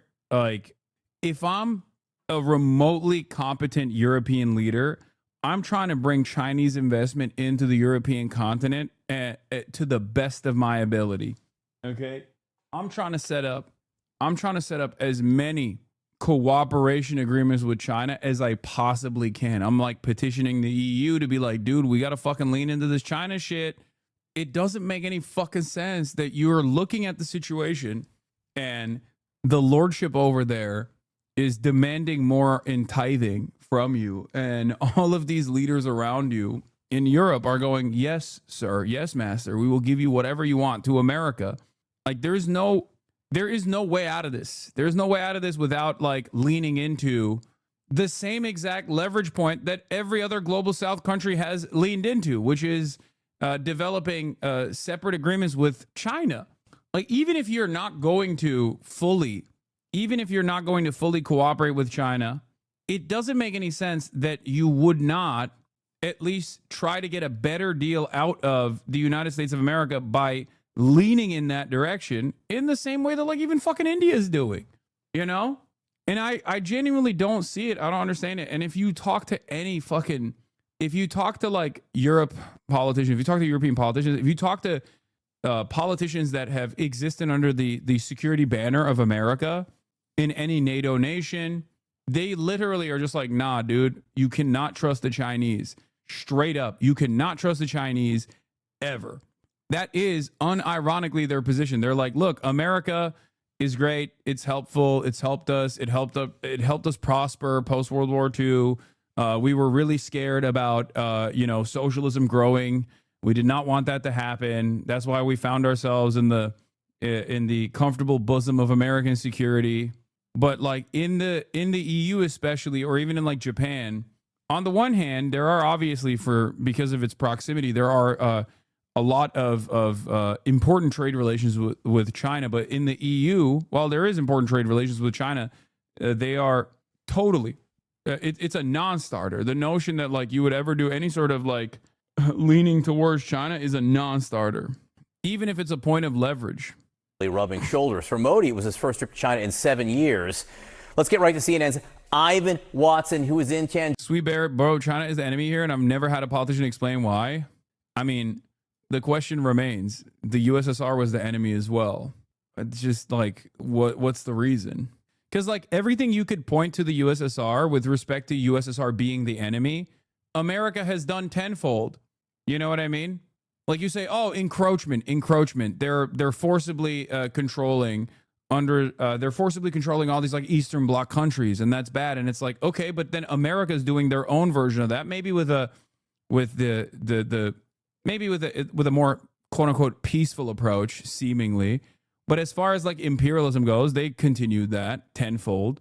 propping up military dictatorships, propping up fascist dictatorships, overthrowing people's interest in maintaining their own sovereignty, autonomy, voting democratically for, social democrats or socialists, God forbid. Like, even when we talk about Chinese imperialism in Africa, this is a great example of this. Like, do you see what I mean? This is what I mean. Everything that you can point to with respect to the USSR or even China now, America's doing tenfold and has done so tenfold, which is precisely the reason why these guys in these respective nations have decided to align with China over America, because they at least look at it and go, well, they don't have 400 years of chattel slavery that they can point to, and also their loans are better. And this is a reality that even American thinkers and American analysts are aware of. Like, this is the Chinese imperialism and Africa narrative. The Belt and Road Initiative is imperialism narratives. They got a lot of play in the DC think tank foreign policy sector for quite a while, but the new meta now is to actually recognize that Chinese loans offer far more favorable conditions than the IMF and the World Bank ever could. And there's a lot of loan forgiveness that comes along with it as well. And therefore, you have thinkers that write for, Foreign Policy Mag and stuff like that, that openly will say, we have to get better. We have to deliver better, more peaceful, and less interventionist loans than China is doing, than China is offering. The Shanghai Cooperation Organization SCO summit in Tianjin is a key gathering for Iran after the U.S.-Israel war. Tehran is set to deepen its relationship with China in a way it hasn't before, moving beyond its past short-term crisis-driven outreach. This is SCO's largest summit since its 2001 founding. Over 20 countries plus at least 10 international bodies, including the UN Secretary General, are present. The scale reflects how China is filling the gaps left by Trump's disruption of the global order. For Iran, the timing is crucial. The E3, Germany, UK, France just triggered the snapback of UN sanctions. Iran is still reeling from the aftershocks of war with Israel and the US. Significantly at Tianjin, SCO leaders condemned the US and Israel attack on Iran in June. Foreign Minister Arakshi, alongside his Russian and Chinese counterparts, sent a joint letter to the UN rejecting the snapback. They argued it lacks legal basis and is politically destructive. For Tehran, this is a rare moment of visible backing from two global powers at a key moment. China and Russia join Iran in rejecting the European move to restore sanctions on Tehran. A letter from the Chinese, Russian, and Iranian foreign ministers called Britain, France, and Germany's move to restore sanctions via the snapback mechanism legally and procedurally flawed. What's interesting about this is that, like, yes, on the one hand, you got like Russia making these sorts of statements, and you go, well, okay, you're Russia. You deserve the sanctions for your encroachments, your irredentist actions in Ukraine, your fucking war that you're waging in Ukraine. But on the other hand, if you were to put yourself in the shoes of like Iranian leadership for a brief moment, you would kind of recognize that like Western nations are doing that to Iran in an even more unjustifiable, with an even more unjustifiable reason when you consider it, like additional sanctions and this aggressive enforcement that seeks to cripple the Iranian economy even further, to starve out the Iranian economy even further, is utterly ridiculous. Contrary to much of Western analysis, Iran hasn't decisively pivoted to China yet. It often abandoned Beijing for short-term openings with the U.S. and EU efforts Israel has successfully blocked. China, for its part, has long showed strategic mistrust of Iran. Even Xi Jinping's 2016 $40 billion offer for rail, refiner, and power plant investments was sidelined. Iran gave South Pars contracts to total over Chinese firms after the JCPOA. The 25-year roadmap proved symbolic for Iran. Beijing saw Tehran turn to it only in times of crisis. But Iran has always been unimaginably invested in maintaining sovereignty. Okay, I'm not making an assessment on whether this is good or bad. I'm just telling you that they've always chosen sovereignty and also leveraging the reverse relationship that they don't even have with Western powers against China with regular frequency. If you have all of these, if you have like nations in Africa leveraging the pre-existing harm that they saw from Western powers to create an environment of cooperation with China. Iran, for some weird reason, has done the exact opposite, where time and time again, they have shown mistrust to China. Even when China is demonstrated that they have a strategic interest in cooperating with Iran as their own little bulwark against Western imperialism in the region. Russia is not irredentis lamau, just the irrational justification of Putin's dumbass gave for a rational invasion after they were left no choice thanks to NATO threatening to have nukes positioned at Kharkiv at a distance equivalent to Detroit to DC to Moscow. It is absolutely irredentis. If we know that there was never going to be NATO encroachment in Ukraine, you think Vladimir Putin miscalculated that? No, of course he didn't. There was already pre-existing instability in LPR and DPR, and they had already annexed Crimea. It is absolutely an additional push for more land and more control over Ukraine. It's ridiculous. Come on, please stop. Now the Iranian calculus may be shifting. Iranian Defense Minister Nazirizadeh at the SCO. Orgs like Shanghai and BRICS can substitute unilateralism by forming new alliances. Regional security will be ensured with SCO cooperation. Iran is signaling readiness for deeper long-term cooperation with China. This stretches from Afghanistan to the Persian Gulf to Xinjiang and shaping the future of Central Asia, South Asia, and the Caucasus in the wake of the IMEC and the Trump corridor. I'm not saying this because I'm Turkish and I do often meme about Turkey being at the table, but a key component of this, or I guess the last remaining castle for American imperialism in this region would be Turkey, because every single Turkic region that spans from China all the way to Europe is still very much aligned with Turkey here and get logistical training and supplies from the Turkish military.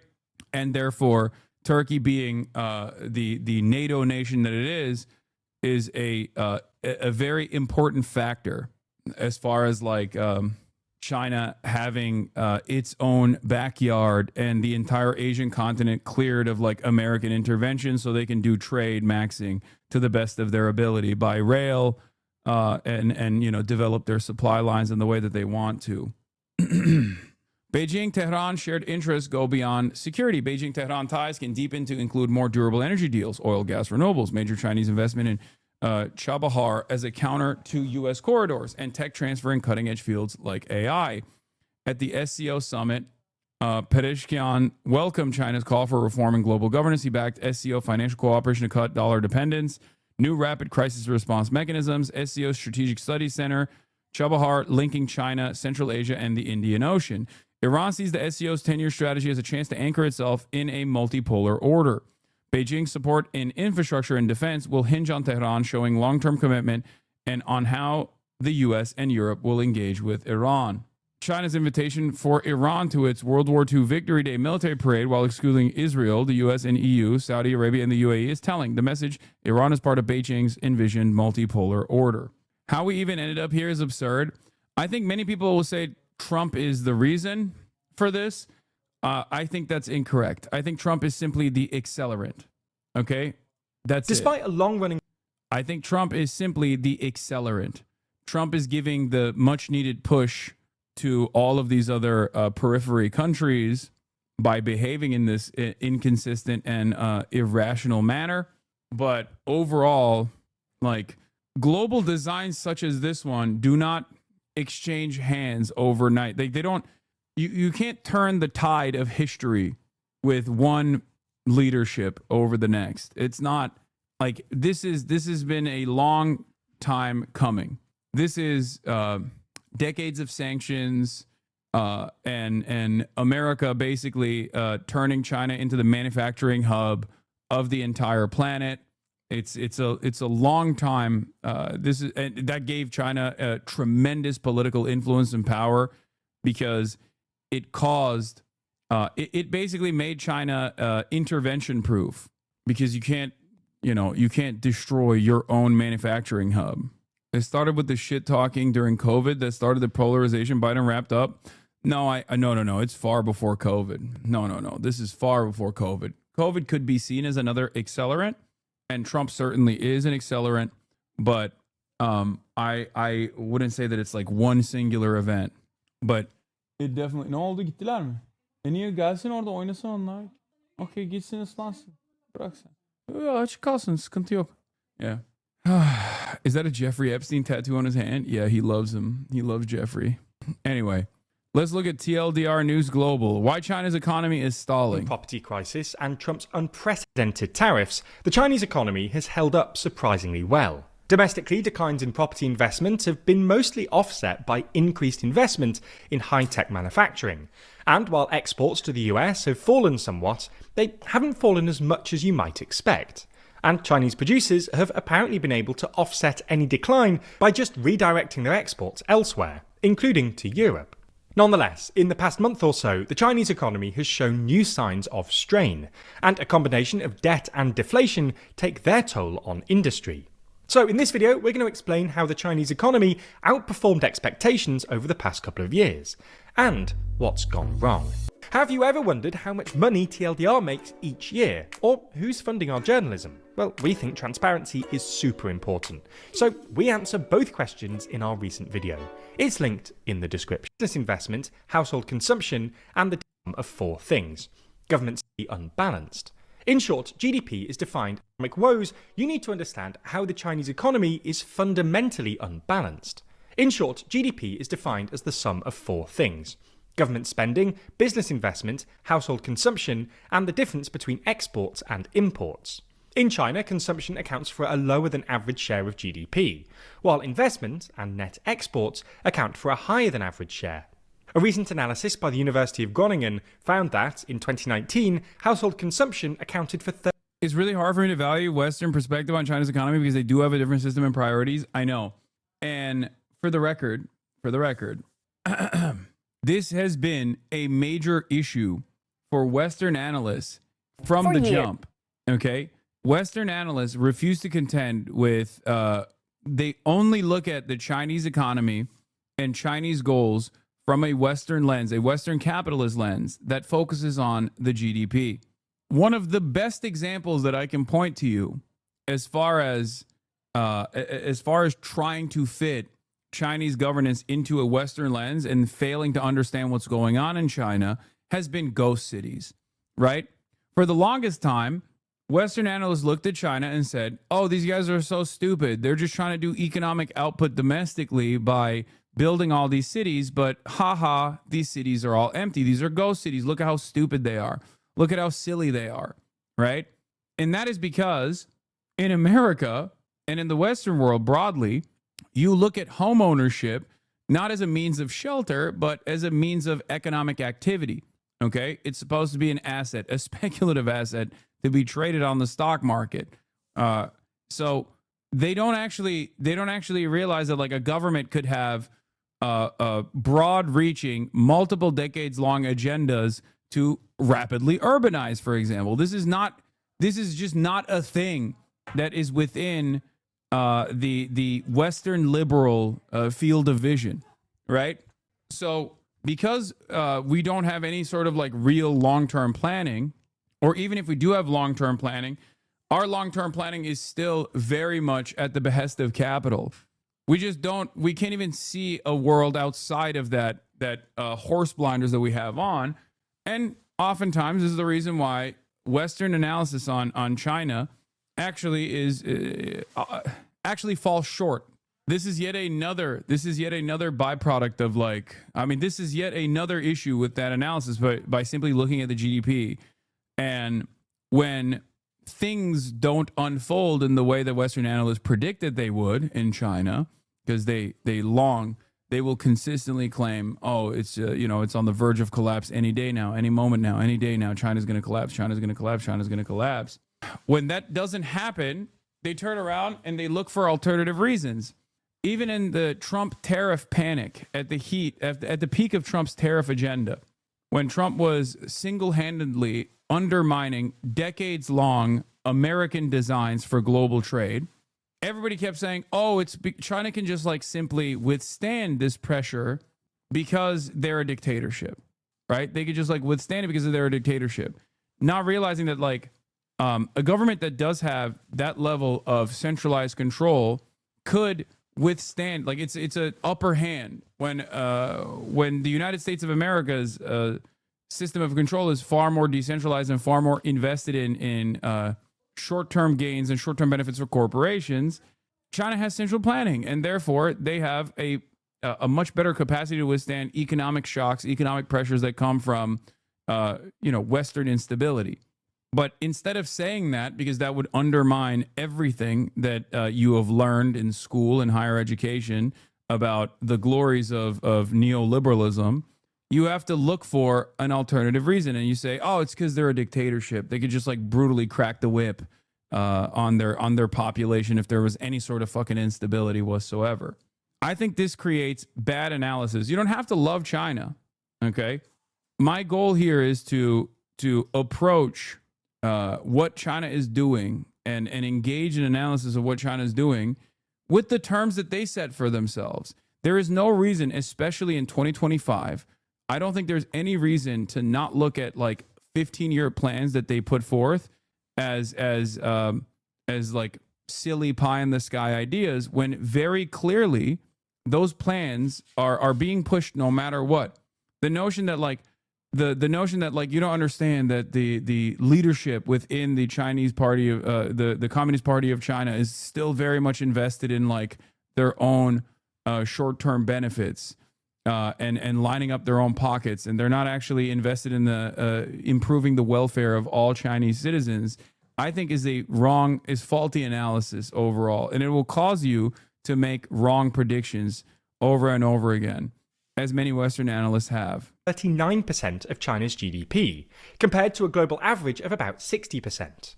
For context, in most large European countries, household consumption accounted for about 50% of GDP. In India, it accounted for about 65%, and in the US, it accounted for about 70%. This is largely because, through a variety of mechanisms, including an undervalued currency, China essentially underpays its workers, keeping them poor and keeping China's exports competitive. Conversely, investment accounts for a disproportionately large share of Chinese GDP. World Bank data, for instance, suggests that investment made up 41% of Chinese GDP in 2023, compared to a global average of 23%. Again, to give some more context, in India, investment accounted for about 33% of GDP, and in the US, it was 21%. In and of itself, lots of investment isn't a bad thing, but too much investment can lead to a country producing essentially too much stuff. This is sort of what's happened in Chinese industry. China produces more stuff than its population can consume, which is why it runs persistent trade surpluses. But it also happened in China's property sector. Chinese property developers essentially built too many houses, hence those infamous videos of China's ghost cities, and then had to take out unsustainable amounts of debt to keep themselves afloat. If money is fake, which it is, and Chinese investment is still very much centrally controlled and is not actually being done at the behest of capital, but instead so that there is like an internal market so that you can incentivize people into new sectors that you want to develop, then the analysis can't be interpreted with a Western capitalist lens. This is yet another problem, because like when there's any sort of like economic disaster imminent due to like overdevelopment of housing, for example, because that was one area where they were heavy-handed, right? They can just rein it back in because of the centralized control that they have. Because of the centralized control that they have, when they rein it back in, it doesn't have the same instability of like market forces that you would see in a place like the United States of America. And they are doing that, for the record. They have scaled back tremendously on this front. Doors open. Doors open. Informative chart from Ben Norton. Open presents. Thank you for the 100 big bones. Goddamn. Informative chart showing how China's economy has shifted in the past 5 years. China decided to pop its real estate bubble in 2020 with the 3 red lines policy. After that, investment in real estate fell markedly while rising fast in high-end manufacturing, especially of cars like electric vehicles and renewable energy technology such as solar panels and batteries, of which China is now the undisputed global leader. This illustrates how China's economic model has transitioned from building up lots of housing and basic infrastructure to a pronounced emphasis on developing the new quality productive forces in the science and tech sectors. One of the main reasons China can do this so effectively is because of its financial system is socialized. So state-owned banks were ordered to stop lending to real estate developers and instead give cheap loans to high-end manufacturers. So basically what they're doing, at least by my estimation, and I'm no expert here, but basically what they end up doing is like they use capitalism or like capitalist market forces like a sleeve.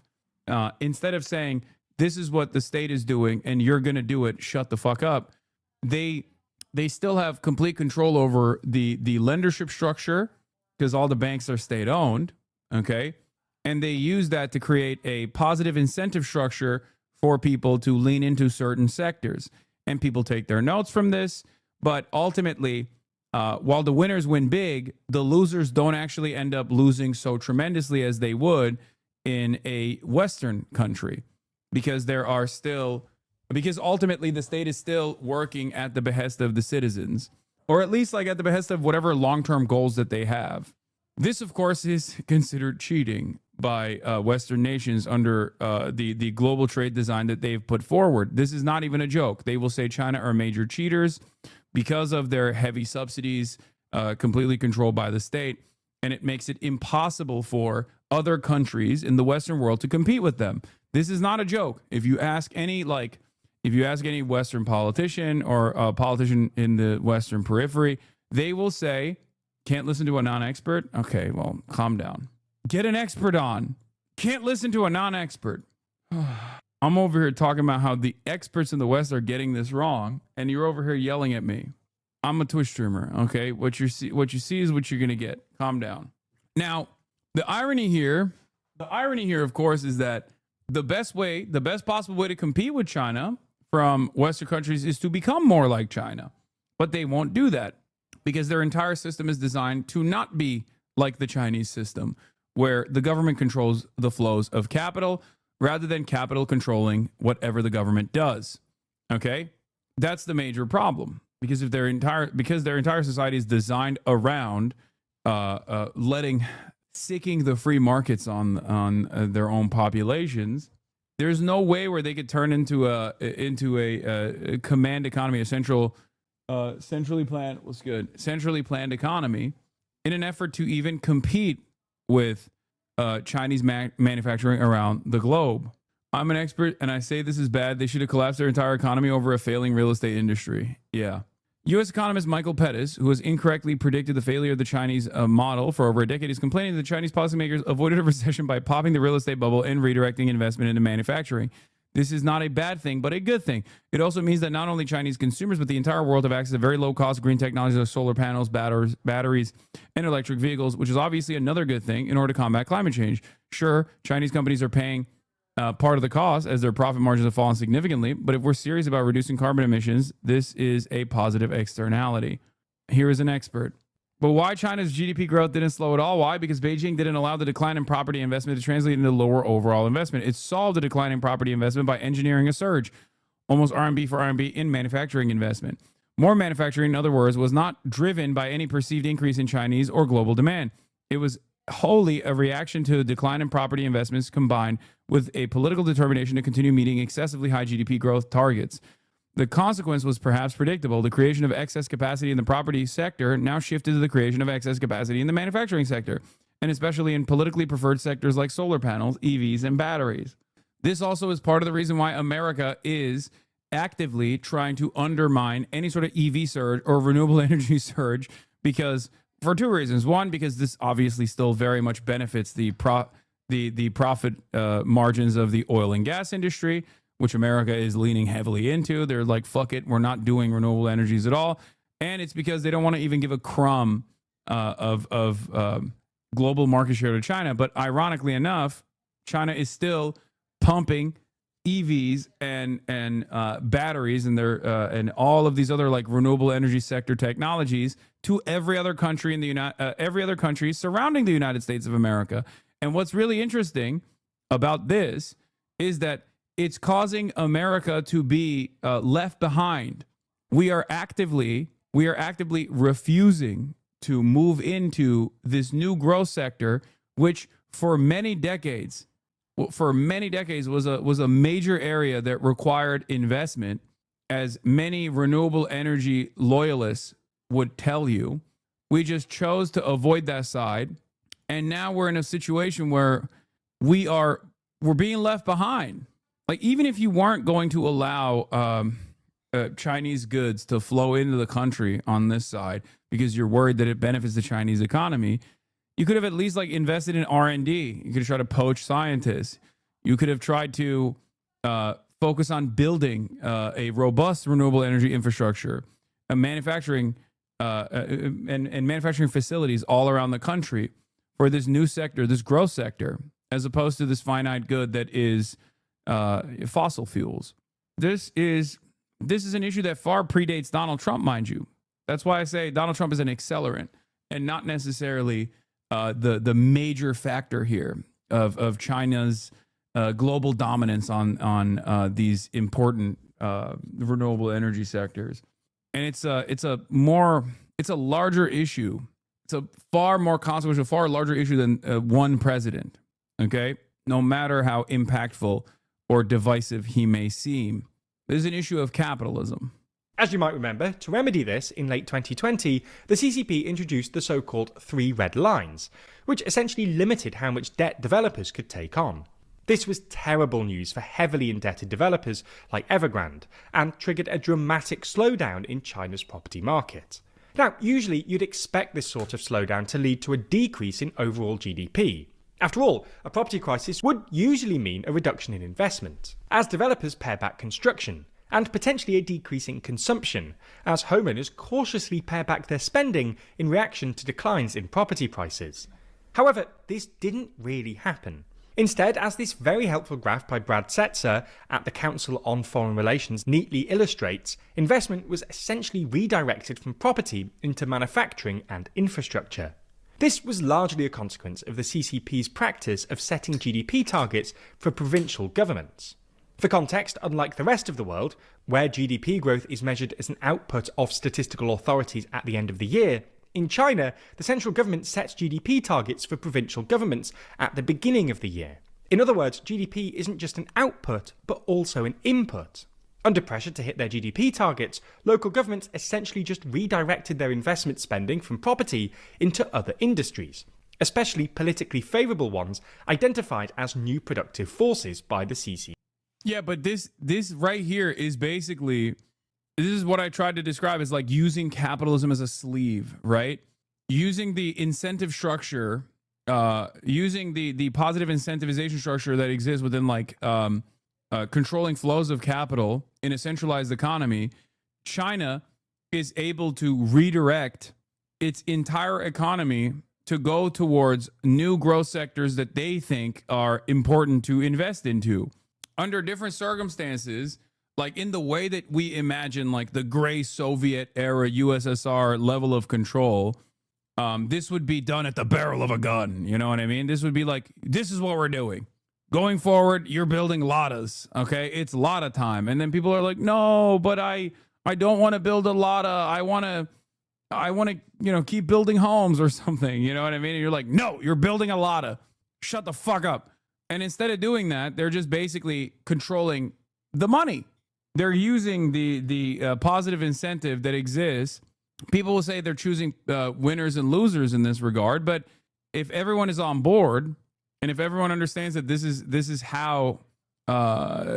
just how they move their economy, then you just have to look at the overall well-being of the citizens instead as a better metric for success. Are their material conditions improving? And the answer is yes. For a while, this strategy seemed to be working. While there was indeed a mismatch between consumption and production, Chinese producers were able to bridge the gap with exports. In other words, selling their surplus to foreign consumers. This helped boost GDP growth and allowed China to establish market dominance in high-tech industries like EVs. Even when Trump's tariffs kicked in, which obviously made it harder for Chinese producers to sell to the US, exports held up impressively well, with Chinese exporters redirecting their surplus to Europe and other markets in Southeast Asia and Latin America. You can see this if you break down China's most recent export data by region. While exports to the US have indeed fallen compared to 2024, exports to the rest of the world have held steady or increased. However, this strategy always felt somewhat unsustainable. Other countries were neither economically able nor politically willing to absorb China's surplus forever. And even though exports were holding up relatively well, China was still clearly producing too much, as evidenced by the brutal price wars we saw in industries like solar panels and EVs recently. Price wars aren't necessarily bad, but in China they contributed to the pre-existing deflation crisis and encouraged affected companies, and the local government supporting them, to take out unsustainable amounts of debt in an attempt to survive the price wars. This is a big reason why China's total debt now stands at over 300% of GDP, up from about 200% only a decade ago. Anyway, it now looks like this strategy is indeed running out of road. Prices can't go much lower, and affected companies can't take out much more debt, which is why, according to the latest data release from China's National Bureau of Statistics, in July, growth in both manufacturing and infrastructure investment declined dramatically. More generally, both industrial production and corporate investment fell markedly, with fixed asset investment falling from about 4% growth year-on-year earlier this year to 1.6% in July, and industrial production falling from 6.8% in June to 5.7% in July.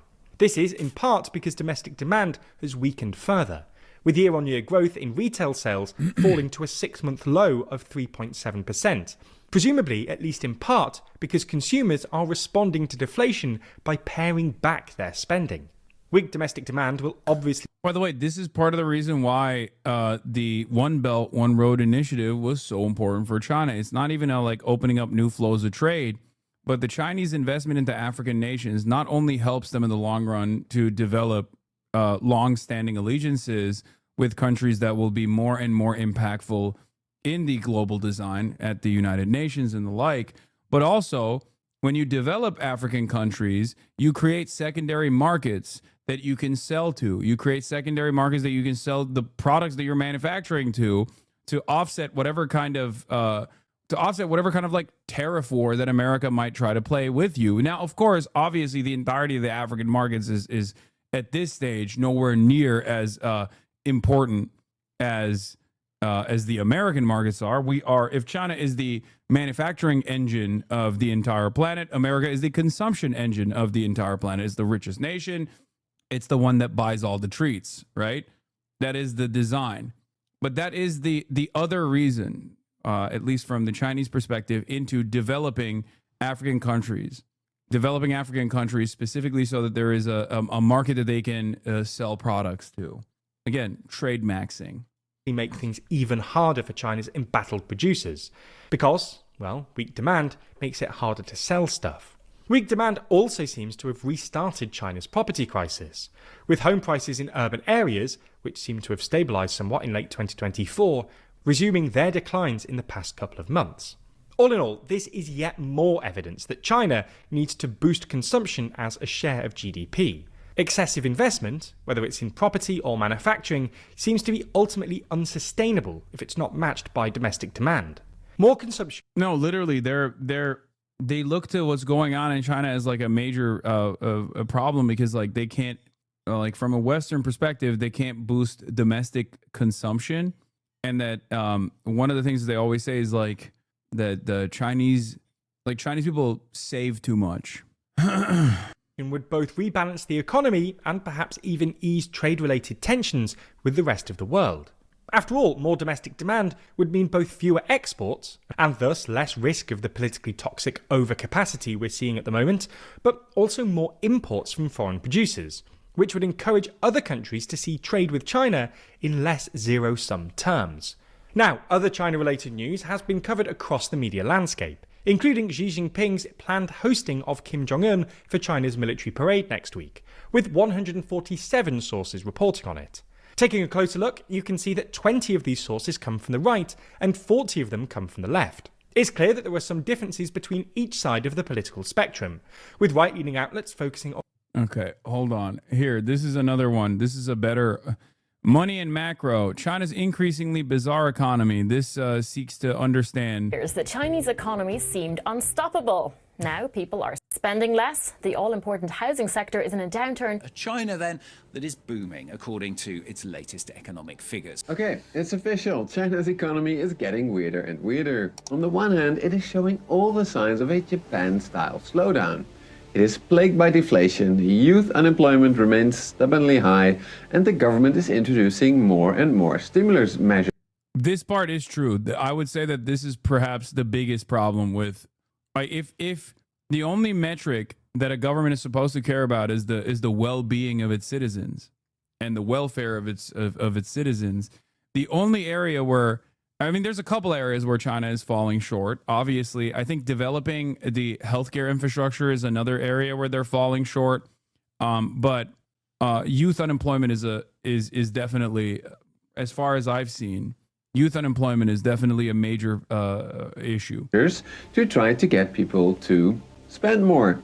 And yet, at the same time, China's economy seems to be experiencing a second economic miracle of some sort.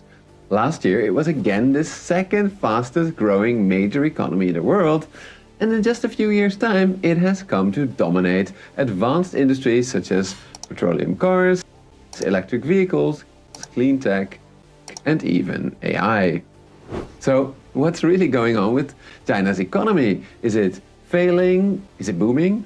Or is it somewhere in between? In a normal economy, these two stories cannot be true at the same time. After all, if consumers are not spending, then firms have no revenue, and thus they cannot be investing and producing on such a large scale. But if there's one thing that my years of studying economies around the world has shown me, China is no normal economy. So, if we cannot use normal economics to understand what's going on with China, then what the heck is going on with China's economy? To find out, I started with the most obvious potential explanation. China is lying about their GDP numbers. Yes, it may sound strange that this is the most obvious explanation, but as I covered 2 years ago, there are serious signs that Chinese provinces overstate their GDP growth every year to hit their growth targets. However, today, according to recent research by US Federal Reserve researchers, China appears to be honest about their GDP numbers. These researchers use all sorts of alternative metrics, such as retail sales and industrial production indices, and conclude that no, there are no red flags right now when it comes to China's impressive GDP growth numbers. So, that left me no choice. To find out what's actually going on in China, I had to dive into both the crises and boom stories in much more detail. My starting point was the crisis story that I talked about a lot on this channel previously. This story is about China's Japanification. The core of the Japanification story was essentially that China's economy would surely follow the path of Japan, which stagnated after a gigantic property bubble burst in the early 1990s. That is, just like Japan did in the 1960s and 70s, China went through extraordinary economic growth in the 1990s and early 2000s because it used banks to invest in the country on a colossal scale. This allowed Japan and later China to rapidly catch up to the West by building infrastructure, houses, factories, and a world-class education system. To obtain foreign know-how and currency, both Japan and China used various measures to keep both wages and their currencies low. This allowed both countries to quickly become manufacturing powerhouses. And this is often considered a crucial first step in a country's economic development because manufacturing is special. It allows a country to sustainably earn enough foreign currency to pay for crucial imports that keep the economy running, crucial imports like, for example, oil. However, according to economists like Peking University professor Michael Pettis, such investment-heavy economic miracles can only get a country so far. After all, at some point, there are enough bridges, roads, houses, and factories. At this point, almost all economists, including, I have to say, those of the Chinese Communist Party, recognize that a developing economy needs to switch to a consumption-based model where wage and currency suppression are abandoned to allow people to have more disposable income. This could lead to a more balanced economy where all sorts of businesses emerge in response to the needs of the people. These types of businesses are often service sector businesses, such as, for example, theme parks and cafes. Developing a thriving service sector is really important for any modern economy because the service sector can employ way more people than advanced manufacturing does. So essentially, the idea is that any economy starts out agrarian, then rapidly industrializes, and then finishes its development by developing a thriving service sector, which employs most people. For example, in the UK, a whopping 95% of workers work in the service sector, even though it only accounts for about 78% of its economy. Now, to achieve these transformations rapidly, a government tends to give certain privileges, like tax exemptions or subsidies, to the sector that it wants to develop next. However, this also means that for the next stage of the economic transition, privileges need to be taken away from the previously dominant sector. This is why transformations between development stages are easier said than done. Often the owners of the preferred last sector have a lot of political capital now, meaning that they resist the transition. For example, Argentinian farmer oligarchs have long resisted the transition to industrialize. Similarly, now China's powerful industrialists, whom many of are high-ranking members of the Chinese Communist Party, are resisting the transition to a consumption-based economy because it would reduce their relative power. But what if there is a simpler option? One that can just make everyone richer. One that will allow people to spend more and to keep the economy growing without taking wealth away from government and manufacturing elites that have profited from the previous investment-led growth model. Believe it or not, but in macroeconomics, that option actually exists. And it is called blowing a housing bubble. Here's how you can get one started. The first step is to get rid of conservative regulations that prevent the housing market from taking off. Second, you make it easier and easier for banks to supply mortgages to households. And then it's easy. Just sit back and relax as the following positive feedback loop starts making everybody in your nation feel rich. As more and more households borrow from the banks to speculate on the housing market, house prices will inevitably be pushed up. This will make homeowners feel richer, encouraging them to borrow and speculate even more. Of course, banks will be happy to help them out, as they have lent against the collateral of these houses. So if one borrower was not trustworthy, the bank can just take the house. After all, it only keeps going up in value. Crucially for the economy, rising home prices made both the Japanese and Chinese consumers feel richer, allowing them to spend more freely, just as they might have in their countries if they had chosen to switch to a consumption-based development model. Therefore, the housing bubble years helped sustain high economic growth well after most productive investments. In America, this happens because people use real estate as a speculative asset. In China, it happened because they wanted to build more houses so that they could have rapid urbanization. And instead of telling everybody at gunpoint to build more houses now, the mechanism that they chose to do this in which was the incentives that you gave when you control all the money flows, the incentives you gave to the banks.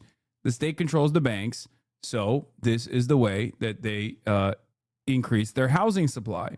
Dude, you're partially right, but the Chinese consumers were also speculating on housing. No, I understand that. I know, which is why when it got to a point where there was too much of that happening, they bursted their own bubble. Investments were already done, both in Japan in the 1980s and in China in the 2010s. Sadly, while these mortgages helped push GDP up, they made debt go up way faster, causing debt to GDP to rise rapidly, almost doubling from about 130% of GDP in 2008 in China to roughly 260% in 2019. This was a huge sign that this all was not sustainable. Then, when house prices inevitably started dropping, the virtuous cycle that we saw before became a doom loop. Banks started demanding their money back. Consumers could not fully repay their loans, and therefore they stopped spending their money in the economy. In Japan, reduced spending meant that its industries then started getting fewer and fewer orders. On top of that, reduced home values and more bad borrowers meant... I don't know the exact inner workings of the Chinese healthcare structure, but from what I've read about it, I think it makes me feel like the only reason why they haven't been able to improve the healthcare infrastructure is because they need to eradicate this incentivization structure in its entirety from healthcare and have it just be a government owned and operated thing. And when there is when you are trying to positively influence and positively incentivize people into leaning into that sector by way of opening up like new additional investment, you fail to actually build the necessary robust healthcare infrastructure. They can't they can't just like move it. I think, given that there is too much, given that there's too much inelastic demand when it comes to healthcare. You are watching a guy who made a video titled "Why Trump's Tariff Chaos Makes Sense, Big Picture." I'm not agreeing with this person. I'm just looking at his assessment. And that the banks stopped lending to anyone, including industry. Therefore, industrial firms stopped investing and lost their edge. To keep the doors open, they also had to lower their prices, making it harder for them to repay their debts as well. Therefore, the Bank of Japan eventually stepped in to support banks, consumers, and firms with low interest rates in the hope to get Japanese consumers to start spending again and banks to start lending again. This is the story that many economists, including me, said we'd likely see in China as well. This is the point. This is the turning point in the video where he says, we were wrong. Here's why.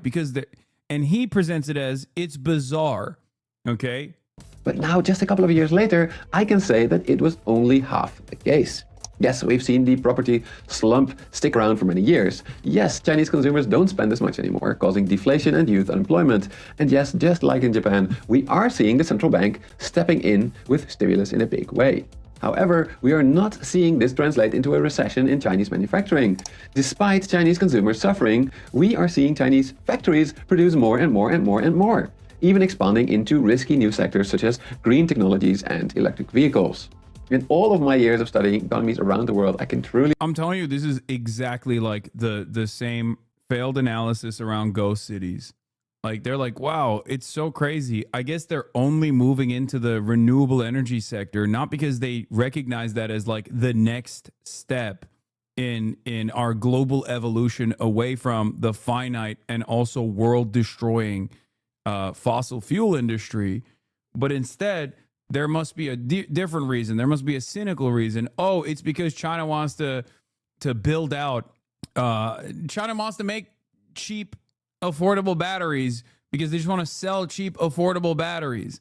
Like there can't be an alternative reason here beyond like fixing the economy, fixing the outputs, and that's it. That's again the issue with this analysis. The issue with this analysis is that like they never want to hand it to the government. They never want to hand it to having like a long-term plan in mind. It just can't be the reason. It must be for short-term profits. Say that I've never ever seen anything like this before. This is why I think it's fair to call this China's second economic miracle. So, how did China do it? I think this graph from National University of Singapore, Professor Bert Hoffman, shows it best. As you can see here, as Chinese banks stepped back from the real estate market when... Like, it's staring them right in the fucking face. Huh? You think they're doing this for moral reasons then? No, China is pragmatic. What do you mean moral reasons? There is no moral reason to want to continue mankind, okay? It's not moral, it's just pragmatic. They're not doing it out of the kindness of their hearts. They're doing it because they recognize that this is an important sector to invest into, because unlike our politicians who supposedly read the literature showing the inevitable doom, the inevitable demise because of our over-reliance on fucking carbon polluting fossil fuel sector, they realize if we want to continue fucking living, if we want to continue surviving on this planet, then yeah, we probably have to change this dynamic. We probably have to invest heavily into R&D. We probably have to invest heavily into renewables. It doesn't have to be like a bleeding heart liberal that's pushing for this. Do you see what I mean?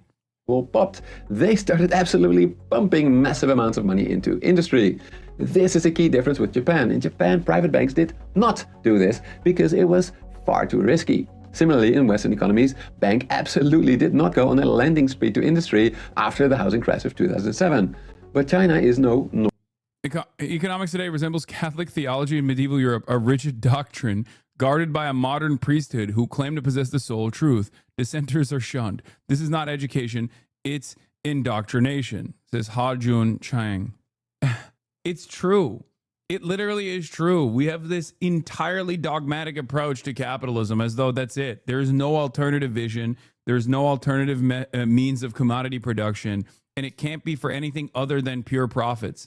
And that's part of the shortcomings in all of the China analysis, is that all of our most well-read thinkers have been indoctrinated into this way of thinking. So the most intelligent guy that you have met will still be short-sighted and will often get things wrong when it comes to analyzing what's going on in fucking China. This is, I'm not the most intelligent person. I'm not the best at analyzing what the fuck's going on in the global economy. But the only difference, in the simplest terms, the only difference I have between looking at China with the way I analyze China's actions versus the way that like the average Western liberal thinker analyzes China is that I take what they're saying at face value. I don't think that this is a sinister reason. Like when they say, here's our 15-year program, okay, when they reveal that, I don't look at that and go, there's a cynical reason why they're moving in this direction. It must be because they want to fix their outputs or something. It's like that might be part of the process, but clearly they've done the exact opposite of what Elon Musk has done. Okay. Elon Musk every fucking quarter will just lie his ass off. Okay. And after the 11th time where he is just like overpromised and underdelivered, you got to go, maybe he's not being honest this time. Okay. Whereas with China, it's the reversal. They literally will routinely fulfill their economic targets like with regular frequency. They do it all the time. So at a certain point, you have to think, okay, maybe they're not lying. Maybe this is like genuinely what they're invested in. You know what I mean? Normal economy because its state is so much more powerful than in Japan or in the West. So after the housing bubble burst, the government essentially stepped in and ordered its state-owned banks to pivot hard and turn on the lending taps to industries that it considered essential for its further economic development.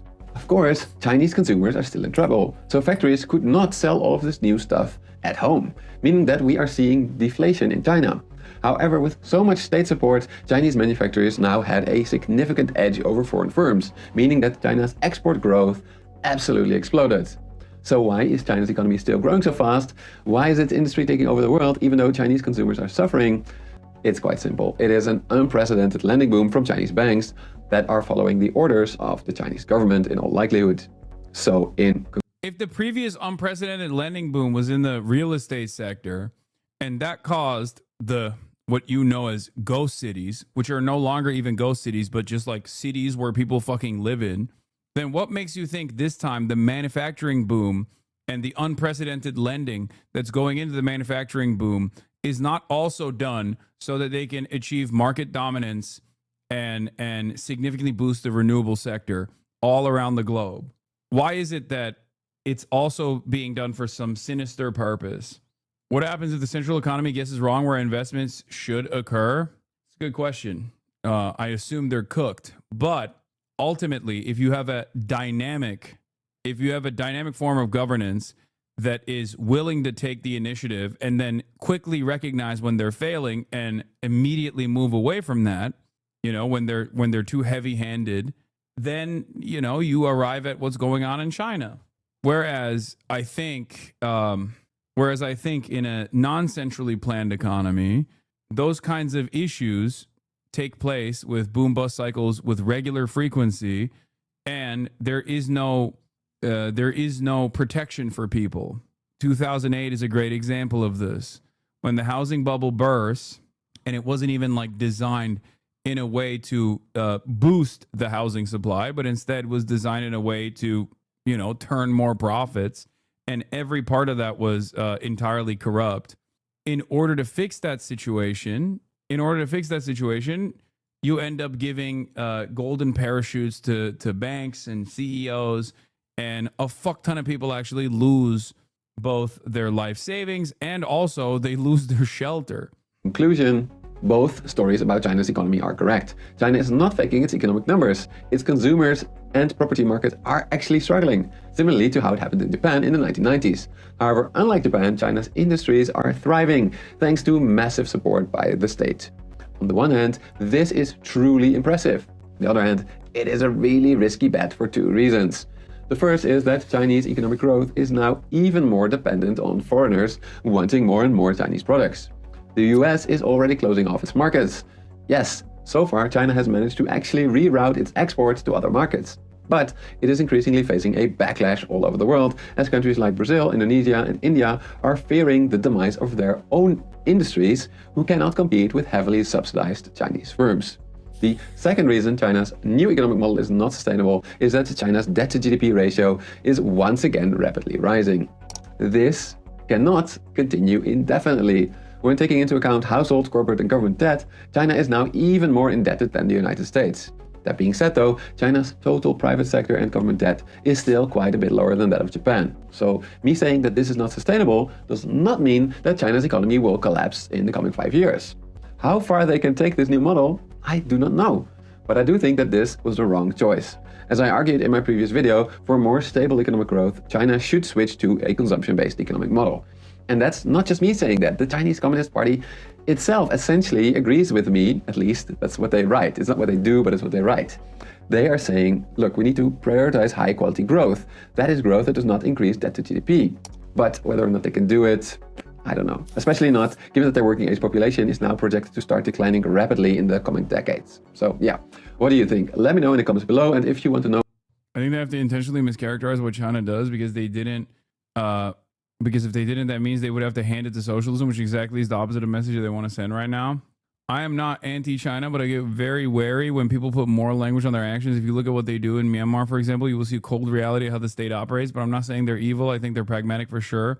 And the citizens benefit from that. Yes, I will never say that China is a force for good and are operating. No state operates from the kindness of their heart. That's just not how it is. That's just not how things go. China, on the other hand, obviously puts the material conditions improving for their working class above all else.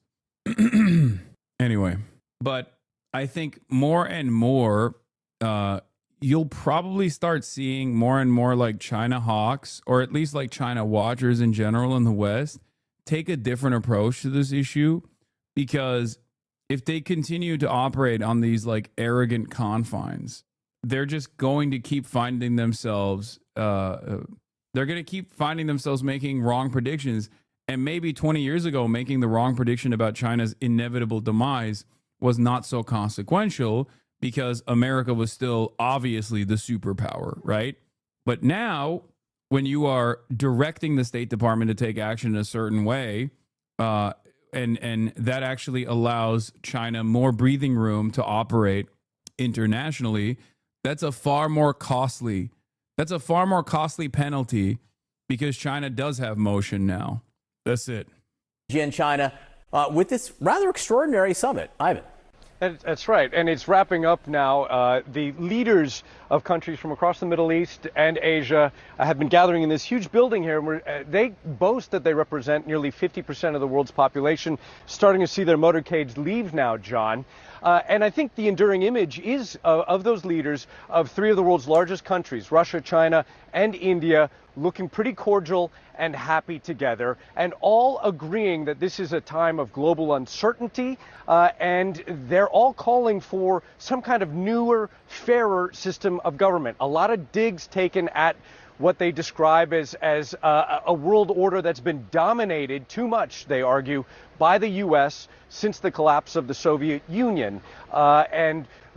Chinese leader Xi Jinping complaining about bullying. The Russian President Vladimir Putin saying that this kind of Atlantic Eurocentric world order, these institutions.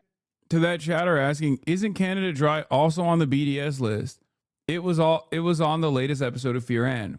The answer is no, not to my knowledge at least. Okay? Do you feel like you're doing some activism here? The question remains, do you feel like you are engaging in activism by not even fully, let's say if it was, okay? Let's say if it was, do you feel like you did activism here because I boycotted it myself? Okay, well, why don't you look into it instead of coming in here and being like, wow, seems like you're not participating in BDS. Go look it up. I did before. No, you clearly didn't, because it's not. Anyway. Are outdated. Of course, he's complaining at the same time as his military is nightly bombing cities in Ukraine in a war that he only described here as a crisis. It is notable that the Prime Minister of India was here. He skipped last year's Shanghai Cooperation Organization summit, in part, I think, because of the fact that India and China's relations have been pretty bad. About 5 years ago, soldiers from India and China were beating each other to death in skirmishes in a disputed. Like, even the skirmish stuff that they talk about, like the border skirmishes, is so funny because, like, I've said this a lot before. Their major consequential geopolitical incidents are literally dudes dressing up in riot gear and hitting each other with like sticks and rocks. That's what they're talking about. Whereas when there's any sort of serious military skirmish between like a Western superpower and another country, that's never handled with fucking sticks and rocks. This isn't to say that there isn't like instability there, but it's just like it's always funny to like really hype up how dangerous and how unstable and how volatile this situation is. When, you know, we're talking about America that just like used fucking bombers and blew up a bunch of like Iranian nuclear sites only a couple months ago because they were fucking bored. And because it would make Israel shut the fuck up a little bit. All while, you know, Israel has obviously reduced Gaza to rubble. It just looks kind of silly. I don't know. From where I'm standing, I look at this and I'm like, this is fucking silly. That, or when they talk about like the Filipino boats, like the boats coming out of the Philippines getting sprayed with like a water cannon by like the Chinese Navy. And they'll be like, this is the most dangerous skirmish of all time. It's really heating up. And it's like, there is certainly instability there. Obviously, China wants to bring Philippines into a joint security partnership. And that's like the last holdout in the region for some reason. Who knows? But like, that's nothing in comparison to America's dominance around the planet. Border region in the Himalayas. He's clearly here mending fences and still stinging from the fact that the Trump administration just days ago imposed 50% tariffs on India, much higher than on India's arch rival Pakistan. And that's seen by many Indian experts as stabbing India in the back and a U-turn on decades of growing U.S.-Indian relations. Watch this place closely, because in a couple days' time, China will go from flexing its diplomatic muscles to flexing military muscles with a huge military parade in Beijing. It will be attended by none other. Am I crazy in feeling this is embarrassing for China? They had the opportunity to meaningfully intervene in Gaza/Sudan if they wanted to stand on business, but instead they're siding with Putin to maintain LABORDAY quo. Yeah, I mean, that's just how they operate. That's it. That's always how they operate. I understand. I myself am frustrated. They could do far more in terms of like applying pressure to Israel. But obviously, once again, Chinese intervention in this regard or my demands for Chinese intervention in this regard, when they've shown to be far too pragmatic and far too disinterested in interfering in whatever Western events are unfolding that are incredibly bloody and incredibly deadly, it is rather hollow, rather silly of me, an American citizen, to demand that the Chinese government do something when, you know, Israel would not be able to flip one stone in the Gaza Strip without American go-ahead. Than Vladimir Putin and also the leaders of North Korea and Iran. John. Yeah. Hi. Symbolism there. Ivan Watson, great to have you. Thank you very much. Bianna? All right, joining me now is CNN senior affairs analyst Kim Dozier. If there's anyone who loves a military parade, Kim, we know it's Vladimir Putin. He's conducted one every year. Bro, I've never seen this community describe Arab countries as pragmatic for their inaction during the genocide and beyond it. Isn't it Orientalist to keep calling China pragmatic?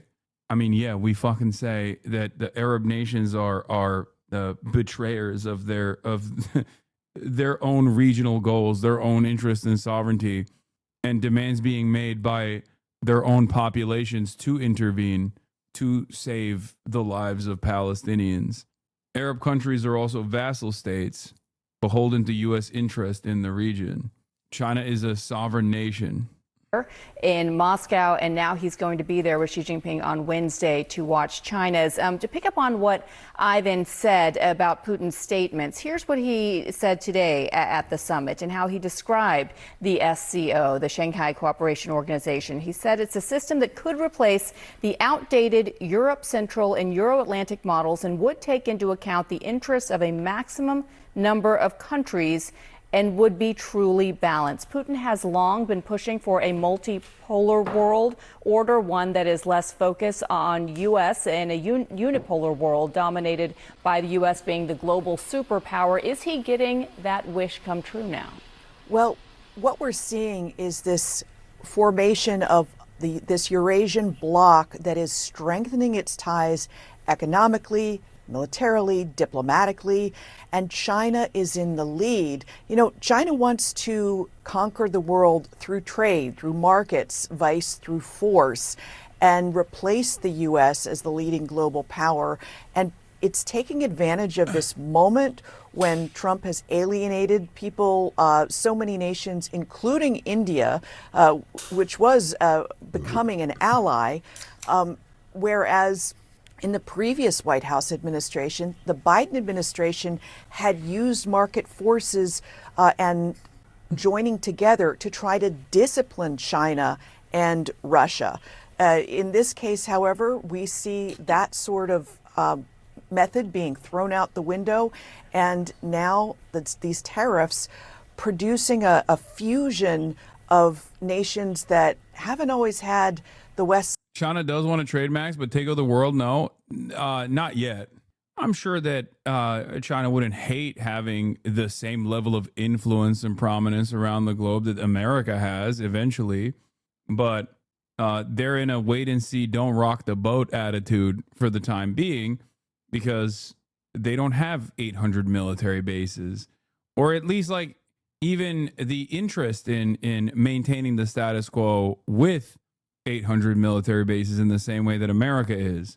Not every hegemonic power is going to look the same and operate in the same way.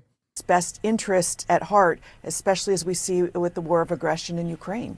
Yeah, and Modi making his first trip to China in some 7 years, coming after the U.S. slapped an additional 50% tariff on India for purchasing Russian oil and gas. And yet we saw those striking images of Modi not only sitting in Putin's motorcade for an hour for a meeting prior to walking in and meeting with other world leaders, but they walked in hand. The two countries have long had a close history. I just don't get why China arms every party in Burma for pragmatic reasons, but doesn't in this conflict. They don't even aid Iran that much. That's because Iran doesn't want the aid.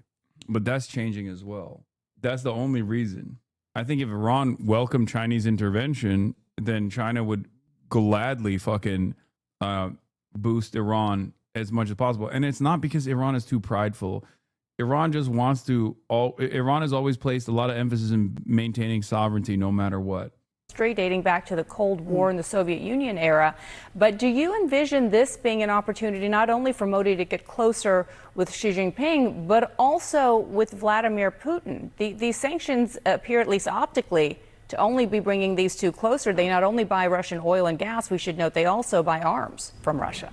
Yeah, Russia and India have always historically had close ties because Russia has time and time again helped India out militarily. Much of India's military manufacturing systems are based on Russian models and need to be resupplied by Russia.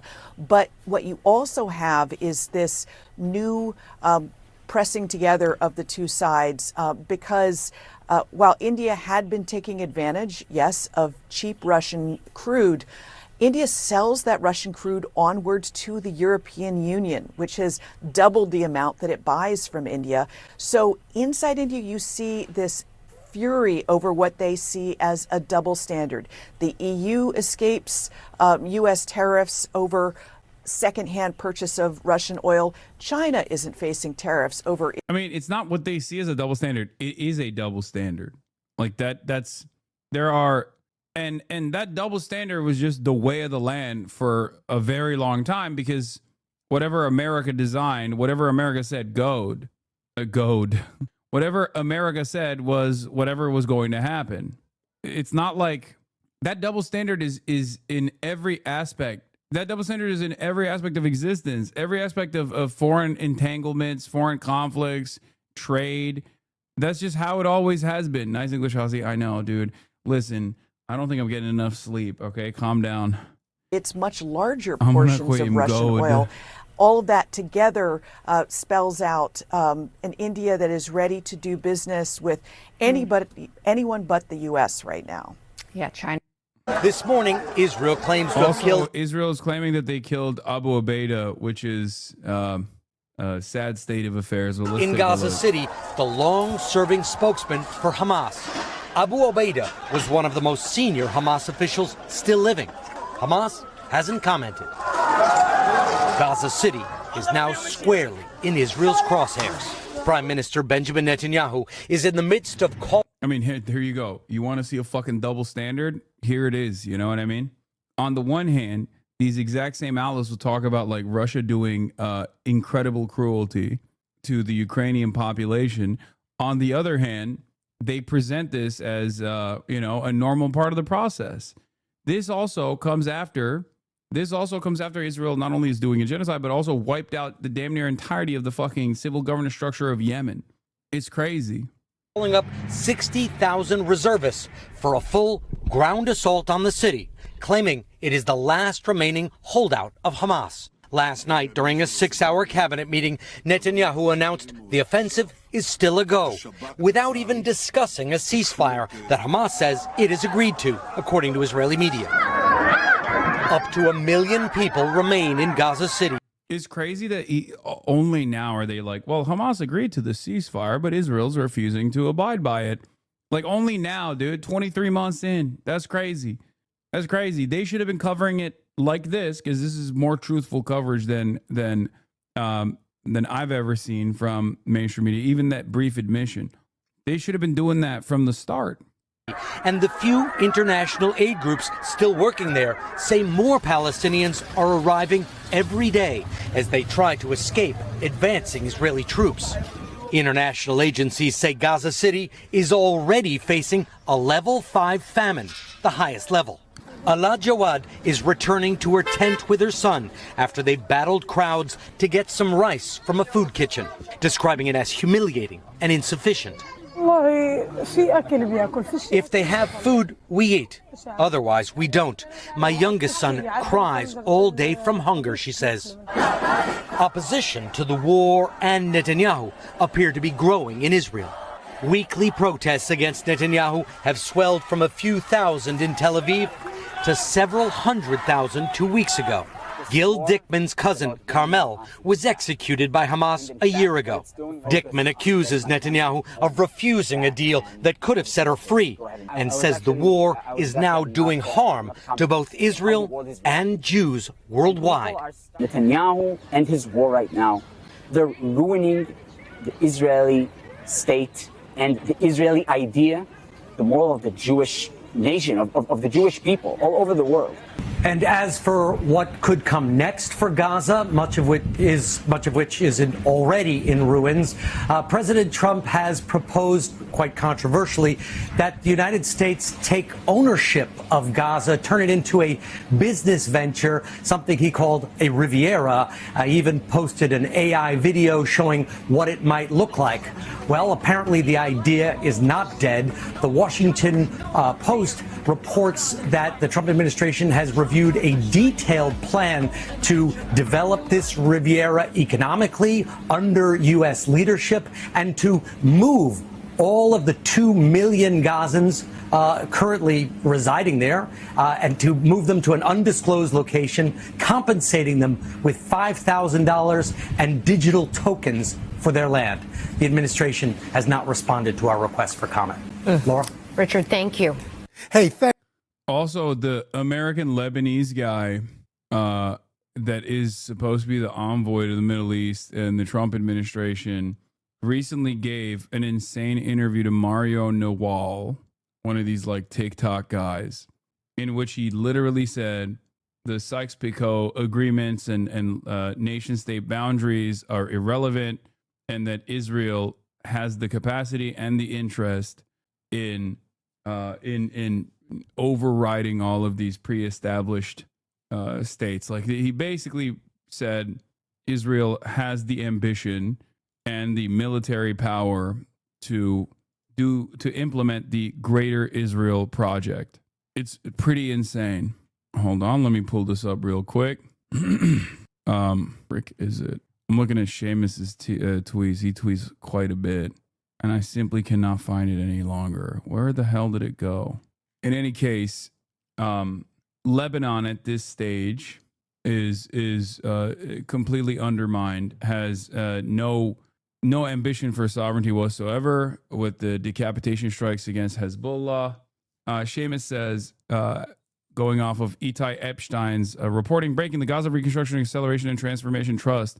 Great. Exposed by Washington Post as a twisted brainchild of Boston Consulting Group, which Benjamin Netanyahu used to work at. Remember, Boston Consulting Group is also responsible for the Gaza Holocaust Foundation, GHF, improperly billed as the Gaza Humanitarian Foundation. But yeah, this is basically the Trump goal here is to completely overtake, like the American goal here is to completely overtake Gaza, the Gaza Riviera Project, that kind of thing. Anyway, Seamus says, something I've noticed in the U.S. discussion about Gaza and Lebanon is the use of self-governance as a euphemism for becoming an American satellite state. Sovereignty can now be forced upon a country. If refused, annihilation will follow. Gaza was self-governing, but it is outside the American sphere of influence, so it is now deemed as an Iranian outpost that is interfering with Palestine's future independence, something that we all know the U.S. and Israel care deeply about ensuring. Of course they don't. So they're just like masquerading these sorts of actions under the auspices of self-governance and sovereignty when it's not. It's just being an American, basically being an American outpost. New poll shows 58% of Lebanon is opposed to disarming Hezbollah without a plan to defend against Israel. 71% of Lebanon believes the Lebanese army is incapable of confronting Israeli aggression. Opposition to disarmament is overwhelming with Shias and lowest among Christians. Months and months to talk about what the Lebanese people supposedly want and think, and now we have finally numbers to it. But of course, it doesn't matter because that is the initiative that they're taking at the behest of Israel, because Israel gets to draw out all the maps in the region to suit whatever kind of conquest, to suit whatever kind of purpose they have, and that is where we're at. So Lebanon is getting packed up. It's you know. That's another part of their grand design. And here is the post-war Gaza plan involving the U.S. administration and population moves. And they talk about population transfer as though it's like a totally normal thing and not just wholesale ethnic cleansing, which is what it is. But when Trump presented it a couple months ago with that shitty AI video, people were so mad, fake mad. Western leaders said, this is unacceptable. This is ethnic cleansing. Months after, Israel is still continuing with its ethnic cleansing campaign, with its genocide, and now they're basically presenting it once again as the alternative, a much more peaceful alternative. The Washington Post newspaper has published details from a prospectus that purports to detail the Trump administration's plans for developing post-war Gaza. The proposal entails the so-called voluntary departure of residents from the coastal territory during reconstruction. Remember, keyword is the voluntary departure of the residents. They obviously are not. There is no such thing. There is no voluntary departure here whatsoever. This goes along with another openly stated desire that Israel has in terms of building concentration camps in Rafah, where they basically pack millions of Palestinians into these concentration camps with the express purpose of shipping them elsewhere. One of the places that they floated to ship the Palestinians to was, I believe, Sudan. Another one is Libya. Just places where they will not get the necessary help and treatment. Places that are also unstable in and of itself. It's just genocide. It's genocide being packaged. Is genocide being packaged with, like, I guess, Western academic NGO speak? But obviously, no one believes this shit. Everyone understands exactly what's going on. It's just that we don't have a way to directly put a stop to it. How do so many people become for this? This is the other thing I wanted to mention. So it's not that people are for this. I think a lot of people are just like completely oblivious to the grand ambition here, or many people do recognize it, but they don't fully comprehend how violent these actions are. And even those who abhor what is going on, what's taking place, feel powerless in the face of the lack of interest from Western governments to do something to change the trajectory of this genocide and this ethnic cleansing.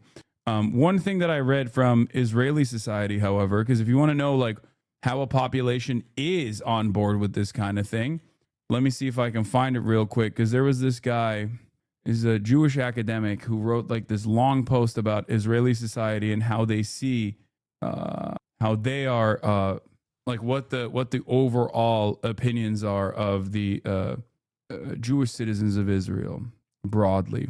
And it's truly terrifying. I mean, it's just full fascism. Okay, let me see if I can find it. Hold on. What was his name? It was really good. If anyone can figure it out, it's like a long Twitter thread. I'm not Ollie Goldberg. Yes, I think that's it. I think that's his name. Thank you, chatter. Or Ori Goldberg. Yeah, it was Ori Goldberg. You're right. Former academic with PhD in Middle Eastern Studies, Ori Goldberg wrote this long effort post about where Israel is, or where the Jewish society in Israel is, and their opinions on it. Because if you're wondering, like, I mean, there's protests happening. Like, is that moving the needle in some way? Is that going anywhere? Well, the answer is no. And the reason for why it's not going anywhere, I think he spells out fairly well. He writes, a primer on Jewish-Israeli public opinion. Number one, Israeli Jews separate the war, in air quotes, from the genocide. The war, they say, is being mismanaged and should be halted until the hostages come home. Number two, the genocide is all on the Palestinians. We wouldn't do it if we did not have to do it. They started it. They're animals. There's no other way. That's the way they see it.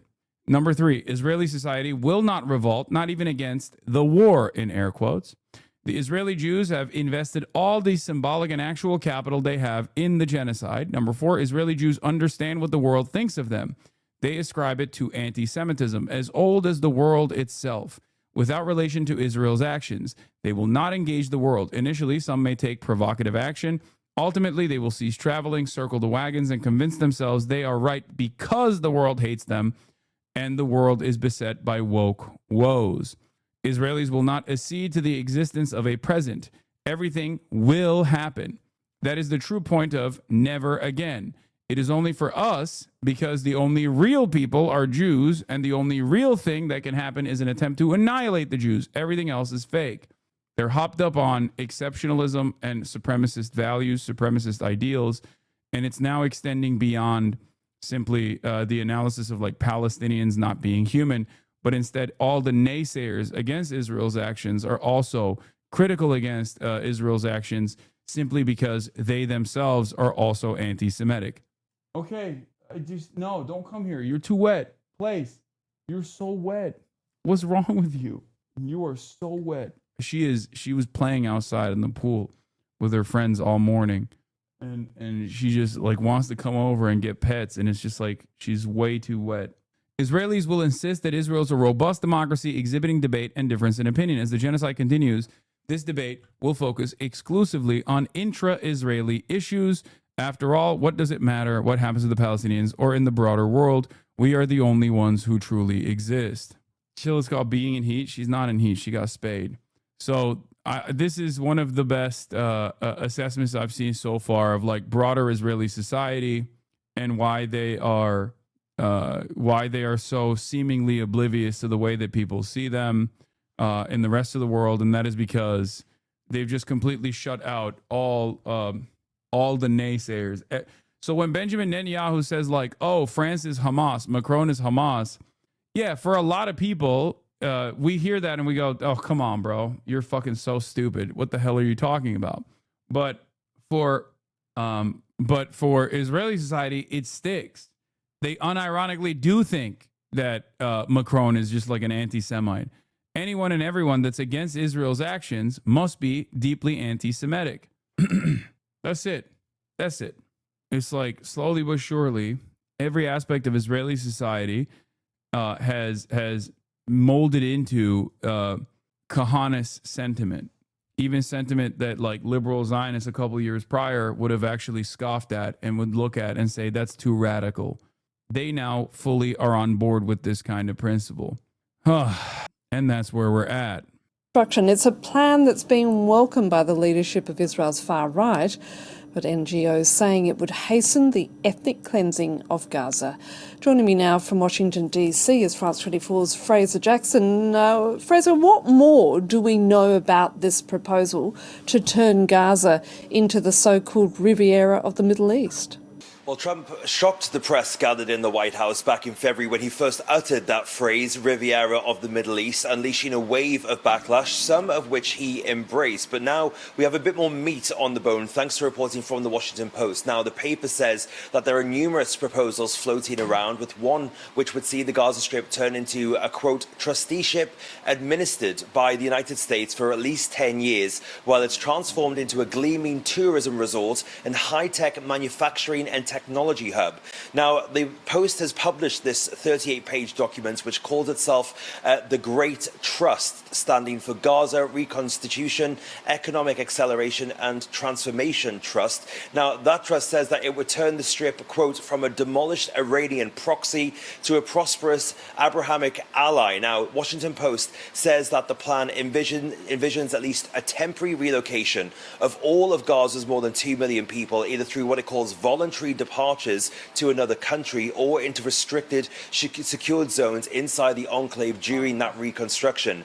Now, under this plan that is being floated, Palestinian landowners will be offered a digital token by the trust in exchange for the rights to redevelop their land. Now, that token would... I can't believe a couple months ago when we actually covered how fucking insane and stupid this was, it just seemed like a far-fetched idea, and now it's turning into this like crypto rug pull based government policy.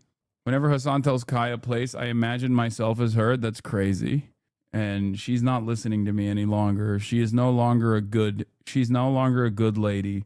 She's become a bad lady.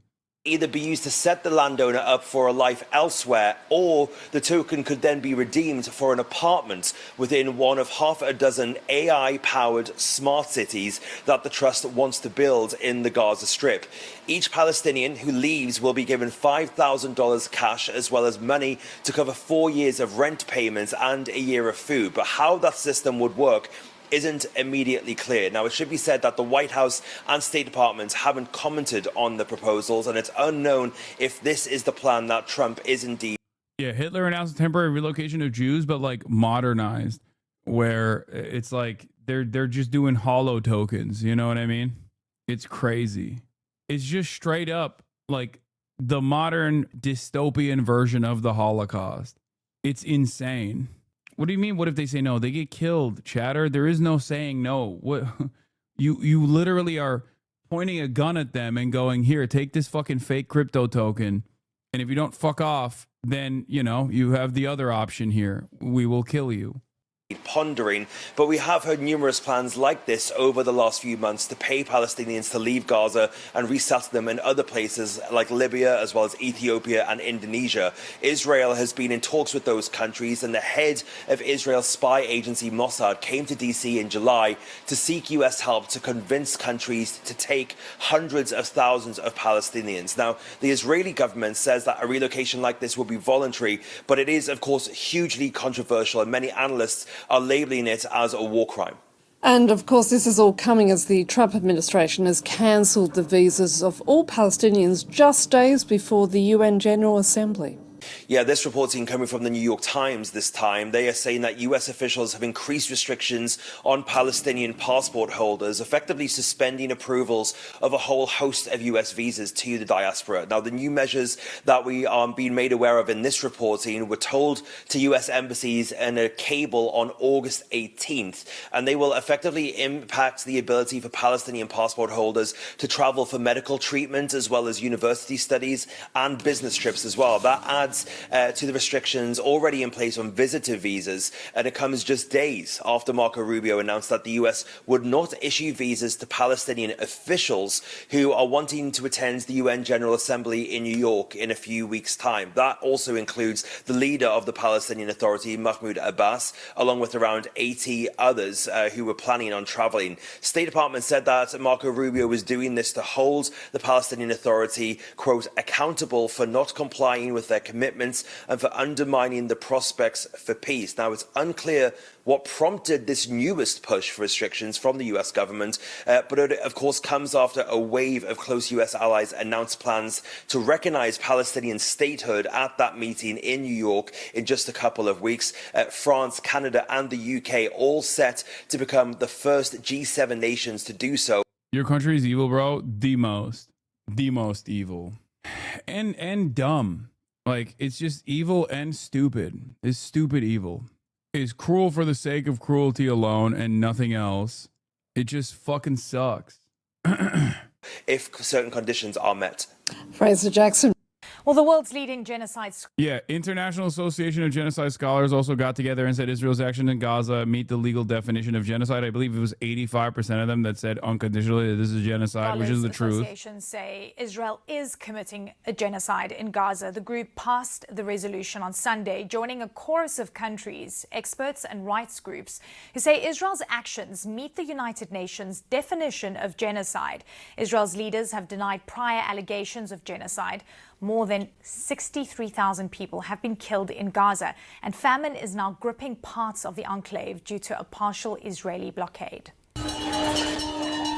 ICJ dropped the ball so hard by giving Israel the time to complete its genocide. They didn't drop the ball. They're being significantly undermined by America. If you notice, the ICC has also, quote unquote, dropped the ball. They haven't. They're powerless if America says so. And that is what we are seeing. I mean, one of the judges at the overseeing the ICJ court case literally came out and said, God has chosen me to oversee this case because, you know, the second coming of Jesus Christ is going to happen. Like, she straight up came out and said, I'm an evangelical Christian Zionist on a mission by God. Yeah, the ICC and ICJ literally take many, many years for genocide traditionally. I know. That is the ICJ judge. The ICC prosecutors have been sanctioned into oblivion by the American state as well, though. Anyway, Graham Plattner is speaking live at the Bernie rally. Let's tune into it and let's see what he has to say. Much of the world that we have today is the specific result of policy choices made by establishment politicians. And the shameful truth of all of this is the blame cannot simply be left at the feet of one political party.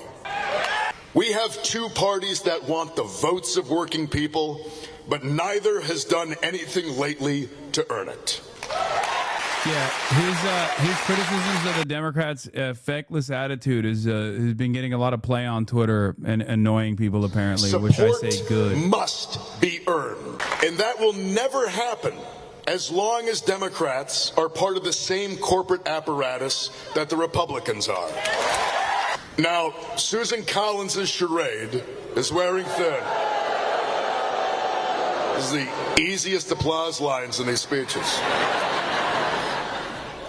No one cares that you pretend to be remorseful as you sell out to lobbyists. Better not say anything positive about Plattner or bad empanadas going to get very angry. No one cares when you sell out to corporations, and no one cares shut the fuck up, even in jest, okay? Don't even joke about that shit. I don't give a fuck what he has to say. From the working class to the ruling class in American history. Symbolic opposition does not reopen hospitals. Weak condemnations do not bring back Roe v. Wade. You're really showing a guy on stream that did 5 Iraq tours? Do you not give a fuck about Arab lives after all you've done? Yes, I don't. That's what it is. That must be it. Yeah. You got me. Not forgivable. Maoist. A performative politics that enables the destruction of our way of life is disqualifying for the role of United States Senator. The banana viewers are already here pre-mad. I don't know how you do this with so many idiots. I've been doing this my whole fucking career. Who gives a shit? This doesn't mean. Look, I'm looking at what he's saying. Better than Susan Collins. I understand that many of us have been burned before. And Maine deserves an alternative. There's no reason to immediately fucking assume that this is another Fetterman clone. It can be the case. Status quo that she is. But I'm not going to immediately slap aside. I am running because it is time for change. This dude has literally one single tweet about Palestine. Because I believe he just in started a better running for democracy Congress. And in a better system. That a politics that is willing to sell anyone out is a politics that will eventually sell. Bro. I'm sorry. We can't. I'm not doing this whole thing with like leftists who just genuinely come in here and they go, look, man, I'm fucking mentally ill, and you need to abide by my standards right now. Okay. You need to abide by my standards. Like, I'm the most fucking mentally ill person you've ever encountered. I am a truly repulsive individual to every single person around me. Okay? To every single person around me. It is unimaginable how much I make people, I revile people. People are, they shudder in disgust. They throw up when they're around me. And you have to be just like me in your analysis, okay? My mental illness is my strongest fucking suit. My mental illness and my insanity is what makes me the greatest fucking leftist of all time. It is a weapon, okay? Get a fucking job, shut the fuck up, calm down, okay? I didn't say that his 5 tours, even his 5 tours is not even the fucking major issue here, even though that is an issue. The actual issue is the fact that he also worked with private contractors. Okay, we'll see where it goes. On the opposite side, it's like seemingly there is a movement for more populist left-wing candidates that are running, and I will always put a leftist ass in a seat if I can. Okay. That's it. Mental illness is not a moral wrong. What the fuck? Man, shut the fuck up. You know that's not what I'm talking about. It's not. But when you present your own fucking schizophrenic hallucinations as though it's like the most morally consistent political position, it sets a setback for us, for all of us. Shut up, please. The reason we are in the straits we are today is because that is what has happened. But it has happened because we let it. And the world that we live in today is not how it has to be. We can have a healthcare system that is not a mechanism of extracting wealth out of working Americans, but a guarantee for safety and health for all. Major life events like buying a home or getting a college education can be points of joy and pride, and not relegation to a lifetime of debt. Our taxpayer dollars can build schools and hospitals in America, not bombs to destroy them in Gaza. We can take back the wealth that belongs to us, that has been stolen by corrupt politicians and the corporations that bought them. We can use government to usher in a golden age for unions and workers, not double down on gig work and union busting for the benefit of Wall Street and CEOs. And we can have an economy and a government that works for the 99% and not just for the 1%. Every campaign ass speaks on the genocide. I spoke to him in person. He spoke of it. I talked to the finance director for an hour. We talked about it. They're goated. I met him in person. He spoke on it at an event near where I live. He speaks about how he realized he was conned, that people were killed because of capitalist demands and suffers as a disabled veteran as a result. One that looks out for the most vulnerable, for children, that's what and I've for the seen as elderly. well. Again, where we lift each other up, whether we are trying to start businesses or go to college or buying a home. Where we empower workers to fight for fair pay and safe conditions, and where we reap the profits of our hard work. To find that path forward, we need only look down on the shoulders of the giants we stand on, the legacy of the labor movement, the legacy of the civil rights movement. He loves killing Iraqis, by the way. Yeah, that's his And platform. these are legacies If you notice, he's running on a platform of wanting to kill more Iraqi children. Have you guys noticed that? That's what he keeps saying over and over again. Dude, you need to shut the fuck up. I always say this. Some of y'all just need to shut the fuck up. You're getting in your own way, okay? If you're for real, no, I'm being sarcastic. I'm making fun of the fucking dipshits in the chat. Ancestors organized for it and fought for it. Regardless of what some might want you to believe, power exists for those who are willing to organize and to take it. And power is for the people.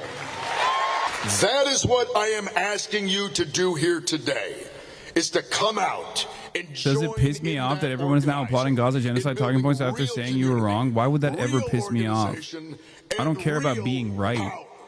I want others to also see the truth. I will always celebrate people fucking changing their idiotic positions initially. Not even for a brief second do I feel burned or angry or resentful about that shit. I am asking you to show up, to come out, go to events, knock doors, do the hard work, do what is uncomfortable, and that is to connect with your neighbors and help us write a new story that leads us from this troubling chapter of our history. Entryism is not the way. He does entryism. That is a dead end. You're right. Why is Graham Plattner running for Senate instead of just sitting around in my Twitch chat talking about how everyone is actually bad and wrong?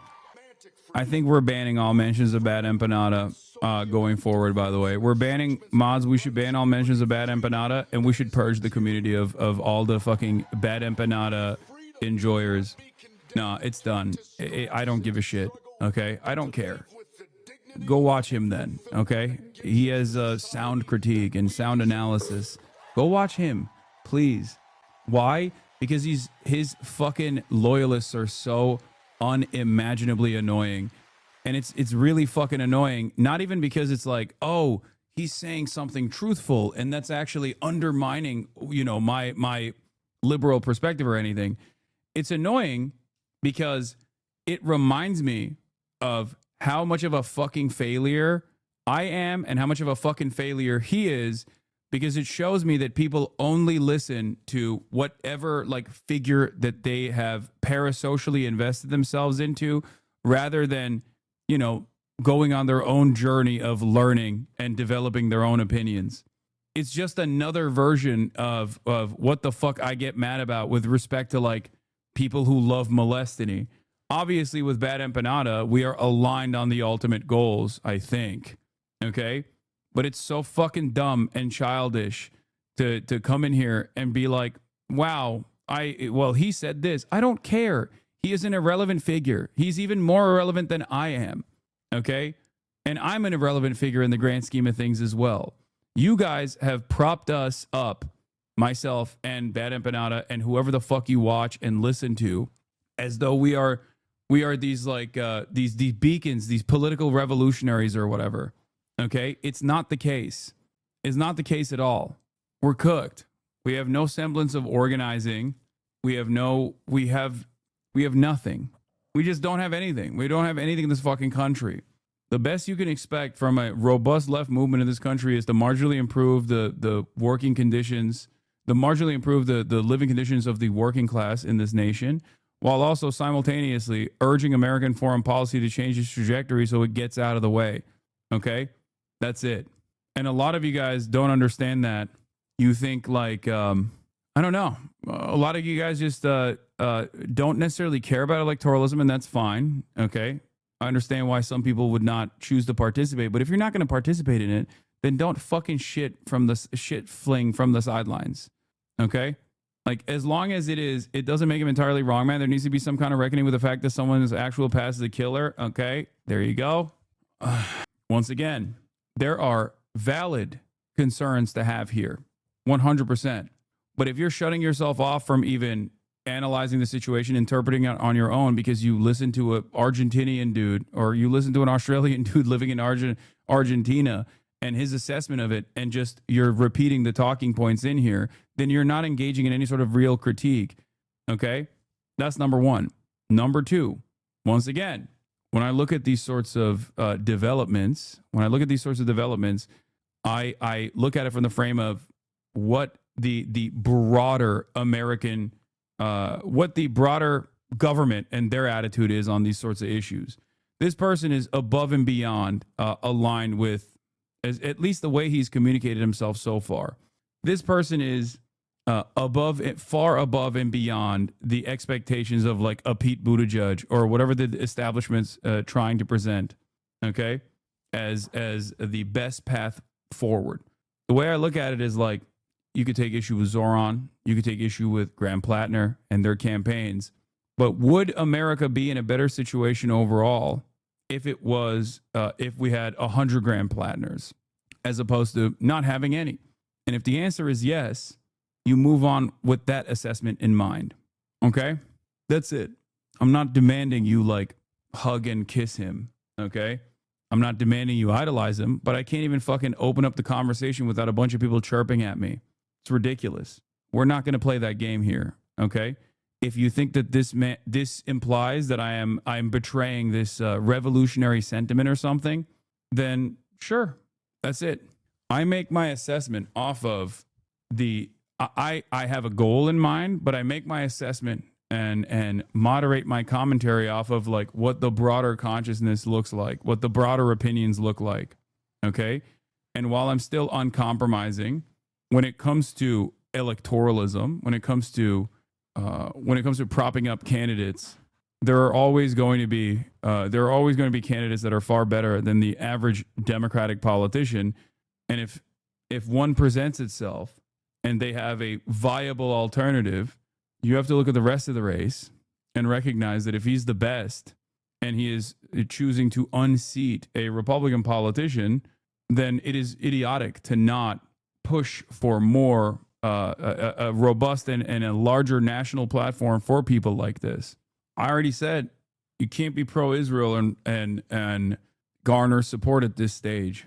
And it's obvious that not only is he tackling the issue of Democrats' inability to put hurdles in front of the accelerated fascist administration, he's also openly communicating that what Israel is doing with our support is a genocide.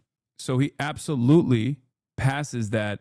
He absolutely passes that bare minimum standard. These are my metrics. You might have different ones, and that's okay. But the thing I won't allow you to do is come in here and just fucking chirp because you watched a fucking YouTuber and you're just trying to relitigate his anger in here because it makes me feel like you don't have any fucking stake in this at all. And for you, praxis or political action and political engagement is simply yelling in a fucking Twitch chat. And that's morally repugnant. Okay? It's disgusting. Go build the fucking Vanguard on your own on the countryside. That's it. It's so fucking sad. Like, you're no different than DGGers, just so you know. Just because you're doing it at the behest of what you assume is like creating a Marxist-Leninist vanguard or something, or exhibiting revolutionary class politics in your mind, doesn't change the dynamic at all. You are literally doing the exact same thing. You are simply wearing politics as a sleeve to advance drama. It's fucking idiotic. It's childish. It's parasocial. It fucking disgusts me. That's it. Yeah. You're just doing drama, but Marxist style, I guess. Why does everything always need to go back to niche micro e-celebs? Do you not think there's valid criticism in Fetterman, Obama types? I mean, who are you speaking to? Are you speaking to me here? Do you feel as though I have not regularly criticized Obama? And since Fetterman's pivot, have actively shit on Fetterman as well? Like, who you're now addressing a straw man that you propped up in your mind. If you are to say that Graham Plattner is going to be like Obama or Fetterman, yeah, there's a likelihood that that could be the case. But as far as he hasn't shown that, what's the purpose here? What's the purpose? Okay, I think you're dismissing a valid conversation that needs to be had about the Obama strategy. Run as a progressive, govern as a liberal because of people bringing up bad empanada. No, because not a single fucking person has presented a valid reason as to why this is the case. They're just simply relitigating talking points that they saw on a fucking YouTube video. Okay, that's it. You're have your assumptions and I have mine. That's all you have right now. This person is not even elected. This person has only launched his campaign like a fucking month ago. And you're already in here being like, I want to be the guy who says, I told you so. I think this is pessimistic. Okay? If he was running around doing wishy-washy sentiment, if he was demonstrating wishy-washy sentiment about his own service, about American military conquest in the global South, then you would have a little bit more validity to your arguments. The problem here is you will look for this perspective that you have in your mind, born out of pessimism, is now going to guide every single point of analysis that you engage with because you just want to be right. That's it. You want to be right. Okay? I understand people keep bringing it up, but the aspect can't be ignored to discuss his tendency. I've been watching since 2019. I remember your support saying similar things for Fetterman. Yes, John Fetterman presented himself as a progressive figurehead and then literally went back on every single thing that he promised.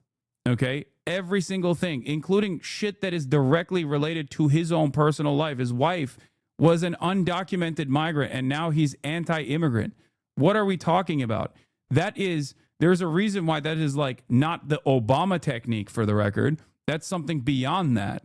John Fetterman became one of the most reactionary politicians in Congress virtually overnight. If you think that everyone is going to turn out like John Fetterman, then you can't vote for anybody because everyone could be like John Fetterman. Literally everyone. So then your argument is simply, don't vote for anybody. Don't vote for a single fucking person. Do not engage in electoralism. Do you see what my anger is here? So if you recognize that and why dismiss people? Because the fucking concern is psychotic. That's it. There's a reason why he is a unique figure. Yeah, then don't vote for the Democrats. What's the issue? Yeah, if you don't want to vote, don't vote for the Democrats. Okay? You just espouse the concern yourself, though. Once again, you want to win an argument. You don't want to you are currently not looking at this in a reasonable fashion. You are simply looking at this to say, this guy's fake. I already made up my mind on it. And I want to convince everyone else that he's fucking fake before we even make up our own minds. Okay? That's it. That's it. That's why it's frustrating to have this back and forth over and over again. And it's much easier to just fucking, nail a bunch of these chatters and rip them to shreds and have them chirp away in the fucking wind and in splinter communities that they cultivate off of the resentment that they feel that a community that they once thought was warm and welcoming is now hostile to their worldview. And therefore, it must be a reactionary one because they simply do not exhibit the same politics of purity that you have. Okay? You're doing, and once again, now, how quickly do you fall into identity politics? This is pure liberal idpol. Someone who has this opinion that you hold right now should never go, hold on, as a brown, poor immigrant, I want real change. Why did you choose the need to fill in the blanks for us right now? Because you're a fucking liberal too, okay? That's it. That's it.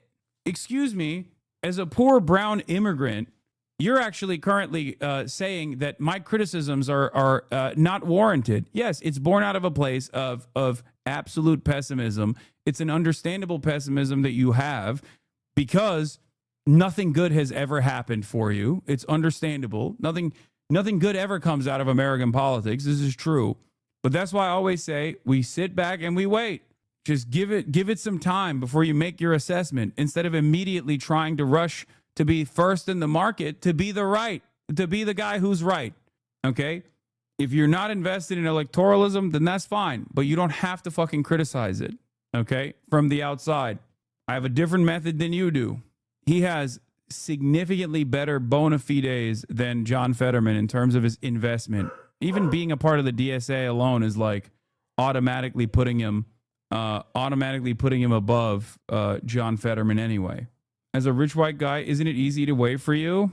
Ugh. How quickly do fucking libtards showcase their libtard ass behavior in here as a rich white guy? Yes, dude, I'm a rich white guy. I should just vote for the Republicans then, don't you think? Why do I do this kind of advocacy? None of it actually harms me, right? Isn't that right? So why am I? I'm not trans. Why am I advocating for trans rights? I can pay for my health care. Why do I want everyone to be able to pay? Why do I want everyone to have free health care? I already paid off my student loan debts. I paid off my family's student loan debts. Why do I want all student loan debt to be eradicated and for college to be free? Why? I'm a white guy. Why do I talk about black liberation? Why do I talk about discriminatory practices in American policing? The racist outcomes of the criminal justice system. It doesn't impact me at the end of the day. Also, why are you here? Why aren't you watching someone who is from a marginalized background and instead are here? There you go. What do you do for black people? Ugh, I'm not even going to entertain this. I'm not dignifying whatever fucking dumbass position that you hold here. It's the classic, you haven't had enough black guests on the show. And then you just, arrive at a position where you got a white guy spelling out exactly what he's done for black people. Like I'm the fucking champion of black people. Shut the fuck up. If you can't figure it out, then that's on you. At this point, are people deliberately derailing? I think so.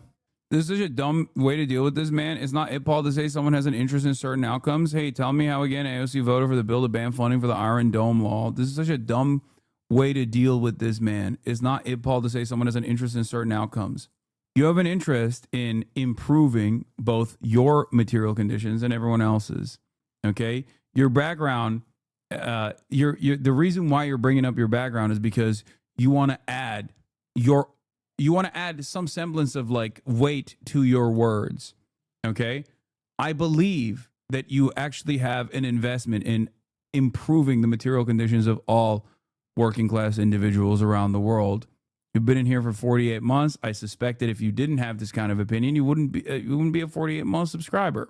The only reason why you add that to the conversation is because now you want to be like, see, you don't understand. My concerns are more valid. Correct, I agree. That's why when I see another possible figure that can go down the route of Fetterman and Obama or AOC in some cases, I'm rightfully cautious. Correct, I agree with you on most of these. You just want to be right, man. That's it. You want to be right. That's it. And right now, you and I are both, I haven't even made an assessment for the record. Like, I have my own skepticism, especially when someone has that kind of background. But I'm not going to let that get in the way of doing proper analysis off of what he is communicating right now. Okay? That's it. That's it. You, on the other hand, want to be like, no, you have to have the same doom and gloom analysis that I do. This is not about being right, okay? In many ways, there is no difference between what you're saying and what you're demanding from me right now in my commentary and what that other chatter said. Don't you feel mad that like all these people that previously yelled at you because of your correct position on Gaza are now cheering on when someone also says it's a genocide? No, of course I'm not mad. I'm actually very excited. I'm happy, at least as happy as one can be in spite of the present circumstances. Because I don't give a shit about being right. Who gives a fuck that I'm right and now people are seeing that I'm right? That doesn't mean anything. I want things to change. I want people to recognize the truth. I want people to take action. I don't give a fuck about like appearing as though I was right all along. Being right alone doesn't actually move the needle. It doesn't mean anything. Okay? Anyway, the easiest solution to this kind of attitude, by the way, is just simply go outside. Go outside. Talk to some random people. Okay? See where they're at. See what their position is. See how they feel. Okay? That's it. That's literally it. You do that, and you will no longer behave like this in the way that you present yourself online. That's it.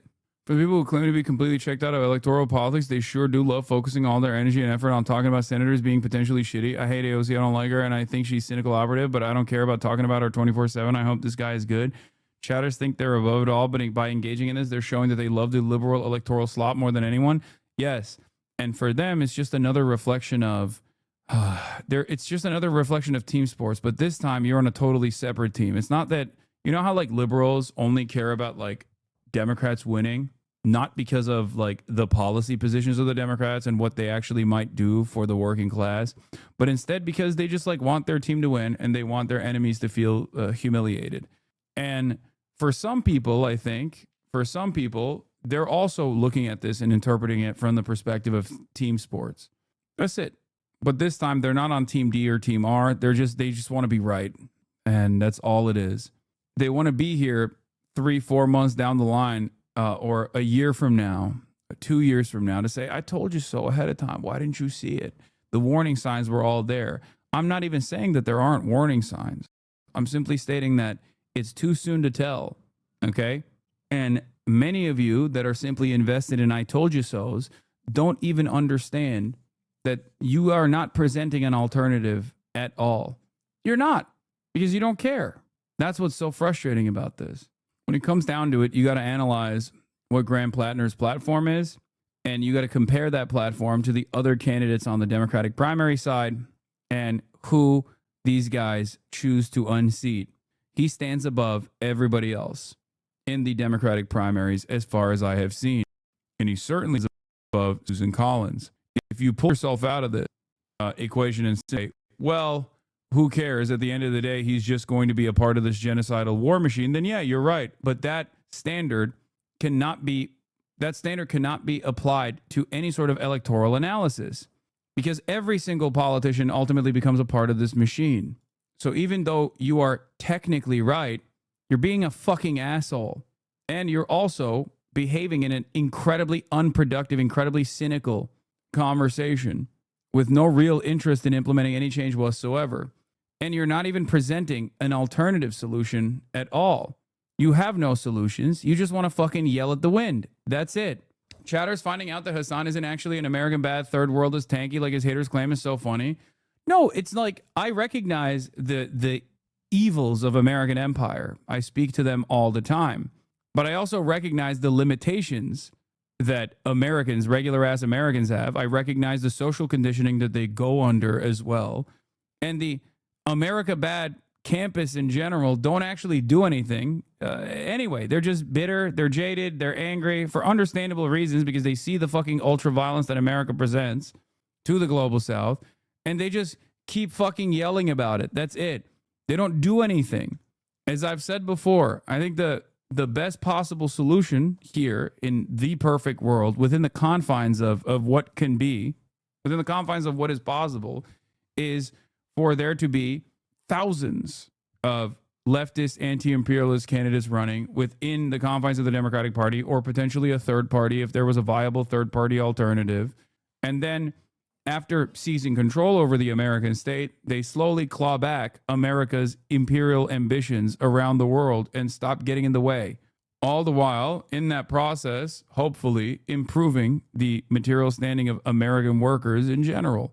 Some people simply unironically take on this, my anger and resentment is not with the American state.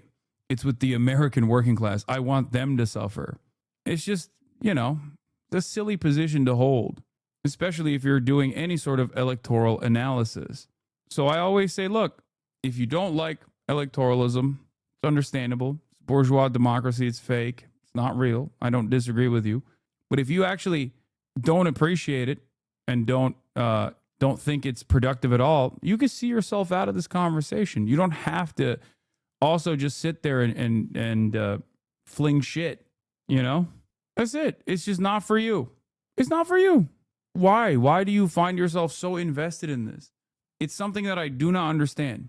You click away when I play video games. Click away when I talk about elections. You know what I mean? It's that simple. This explosion in technology, all of this creation of new wealth, what the hell happened? Well, I will tell you what happened. There was a study done by the Rand Corporation, not exactly a socialist organization.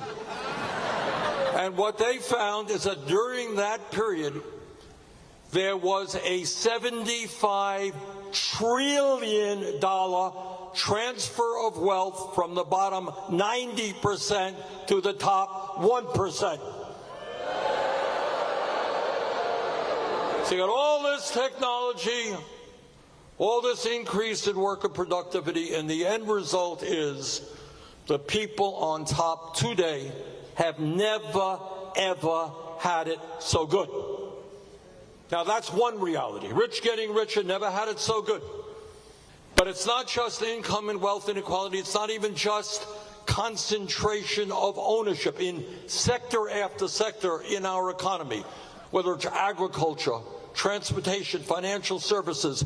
You got a small number of huge corporations. Thank you, Open President, for 25. Get the subs. Those sectors determining what price you pay for products and how workers are treated. But it's not even just that. These guys not only own the economy, they now own our corrupt political system. So as a result of this disastrous Citizens United Supreme Court decision, they said, billionaires, hey, you have the freedom to own the American political system, and the billionaires responded accordingly. They create these super PACs where they can spend as much money as they want. Democracy is not about Elon Another Musk 25. Thank you, spending Open Presidents. $270 million to elect Donald Trump president. Obviously, his reward was to become the most powerful person in government for 3 or 4 months until he and Trump had a lover's quarrel. But it is not just Republicans. It is also the fact that billionaires play a much too significant role in the Democratic Party as well. Let me tell you what a corrupt political system looks like. And it's not just billionaires buying elections. That's bad. It gets even worse than that. When Trump brought forth his big, beautiful bill, which is, in my view, by the way, you're all familiar with that bill, that is the most dangerous, disgusting piece of legislation ever passed in the modern history of this country. As you all know, this is a bill that gave, just think about it. At a time when the rich have never had it so good, gave $1 trillion in tax breaks to the top 1%. At a time when large corporations are enjoying record-breaking profits, they got a $900 billion tax break. But it's even more disgusting than that, because these huge tax breaks for the rich, you know how they were paid for?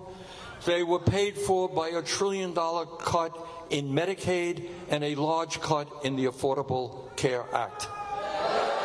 Were paid for by a massive cut in nutrition programs for hungry kids. How disgusting is it to give a tax break to a billionaire and take food out of the mouth of kids who are hungry in this country? It was paid for by massive cuts to education, which will make it harder for working class kids to get the higher education that they need.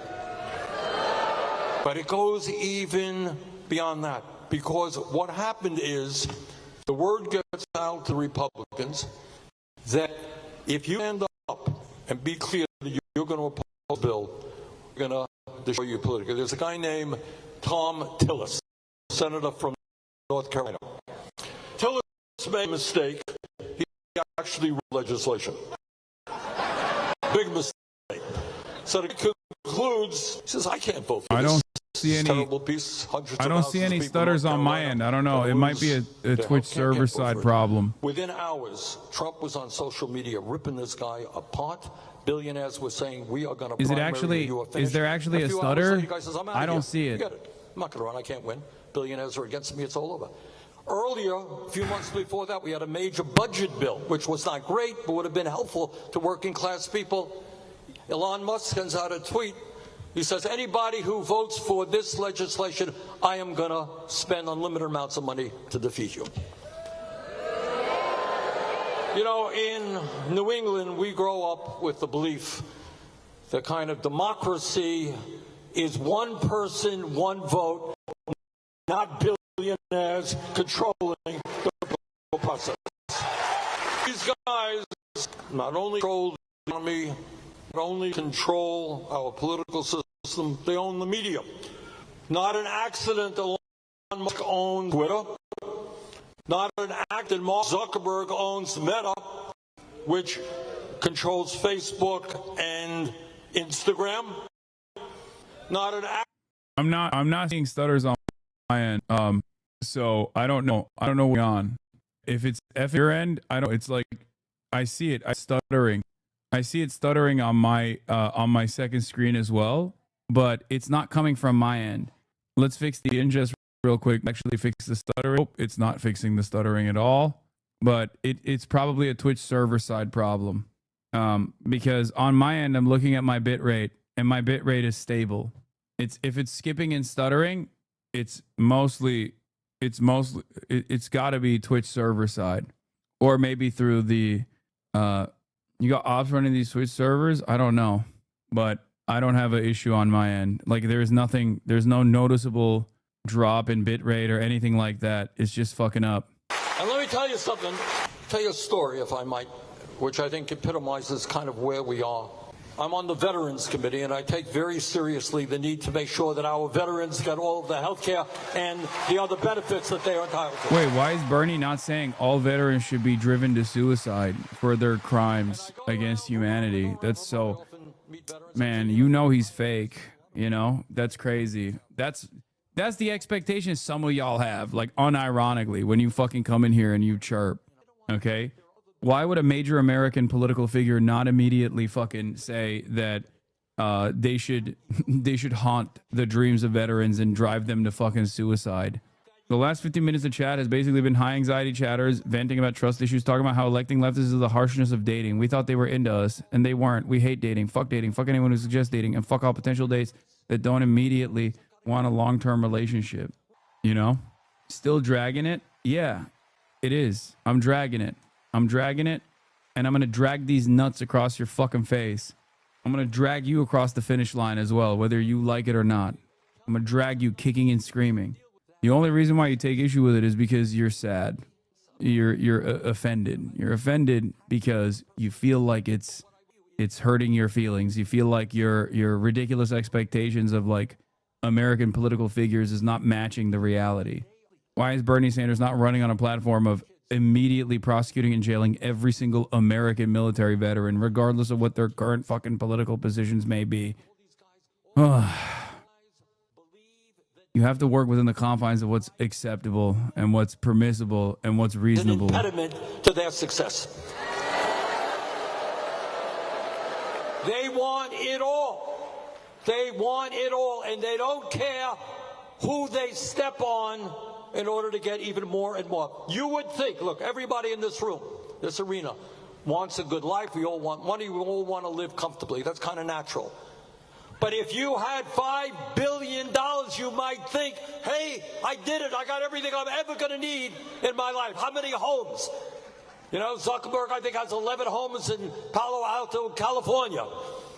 Bezos has 14 homes. They got jet planes. They go up to outer space on there where they get bored, you know, and have a good day. When is enough enough?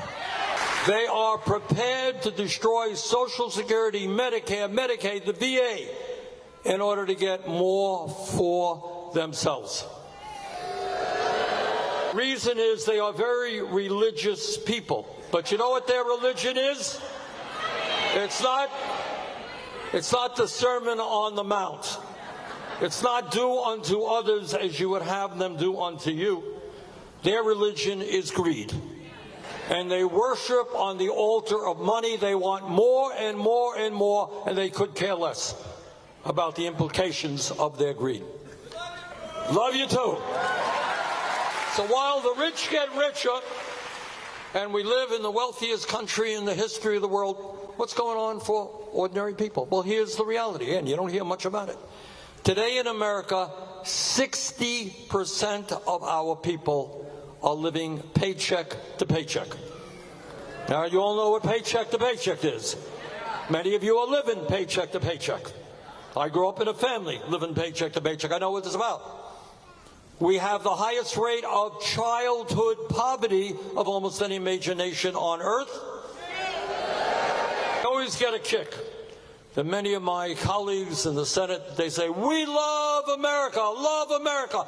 Well, if you love America, you love the children of America and the future of America. It's not just the kids, not just the children. We have the highest rate of senior poverty of almost any major country on earth. 22% of seniors in America today are trying to survive on $15,000 a year. Anybody, let alone a senior, survives on $15,000. Half of seniors trying to get by on $30,000 or less. We have a system, an economic system, which for the working class of this country is broken.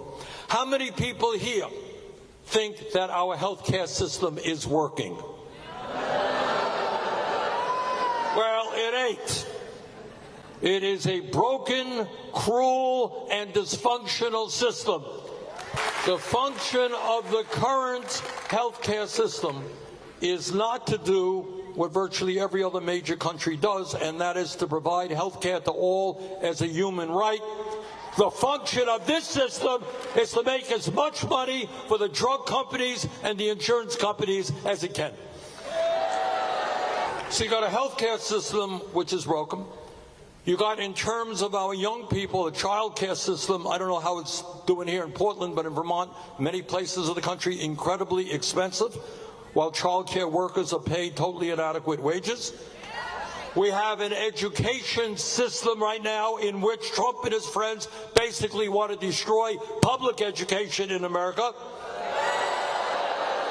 We have teachers in rural areas in my state, and I expect in your state, starting off at $35,000, $40,000 a year. We got millions of young people can't afford to go to college because they don't want to leave school $50,000 or $100,000 in debt. You want to go to medical school, you're a working class kid, you want to go to medical school, you know what you're going to leave school in debt with? $500,000.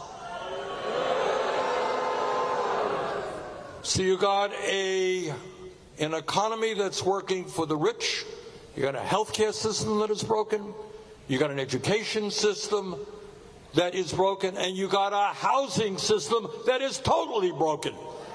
You know, I did some calculations. I'm not 100% sure of this. But it's, again, I said my family had no money, but we lived in a rent-controlled apartment. And I figured it out, given my dad's salary, we ended up paying about 18% of our income in housing, 18%. Does anybody here know anybody that's paying 18% today? The truth is that we got 20 million households that are paying 50% or more for housing. So if you're paying 50% for housing of your income, what the hell do you have left to spend on? You have nothing, right? So you got a housing system broken, educational system being really attacked right now, healthcare system broken. And everybody knows the importance of good quality food to stay healthy, right? Anyone go to the grocery store lately or try to buy decent quality food and see the price? So bottom line is, in the richest country in the history of the world, people on top never had it so good. And yet for the basic necessities of life, healthcare, education, food, housing, open presence, struggling. Brothers and sisters, we need to do two things at this difficult moment in American history. Number one is we got to take on Trump every day of the week in every way we can. And it's not just taking them on economic issues. We got to end the absurd foreign policy that we have right now, which is spending billions of dollars to starve children in Gaza. And one of the reasons that I want Graham Plattner in the Senate with me is he will stand with me. No more money for the Israeli war machine that is destroying the people of Palestine. But in order to be successful politically, it's not not good enough to simply take on the oligarchs every day. What we need to do, which the Democratic Party leadership doesn't do, is a vision where we want this country to be. Dude. And let me It's just so funny. remind Chatter's all of like listening to Bernie Sanders for the truth first of the time, matter not from like that the in the perspective of a richest country fucking on earth, and at a 15-second time clip. Shocked when that I he's got a saying lot this. of He hasn't concerns stopped about saying AI this since and robotics. 2016. Okay. I don't know that we can get into it tonight, but that's a whole other issue. But we have the potential to become even richer. And from a world historical point of view, throughout the history of the world, and today, It's not a people change in are discourse struggling. from There are Bernie. countries You in the guys world are where people wrong. trying to survive on $1 a day. He just doesn't Kids call it are a dying genocide, from which is easily still a preventable failure, in diseases my throughout history. opinion. Human beings have struggled just to stay alive. For the first time in world history, human history, we now have the opportunity with sane democratic policies to create a decent life for every man, woman, and child in this country. That is not a radical idea. So what I am begging of you, is don't think small, think big. Health care is a human right. Every man, woman, and child. We need Medicare for all. And I want young people to become doctors and nurses and healthcare professionals without going deeply into debt, because we desperately need you.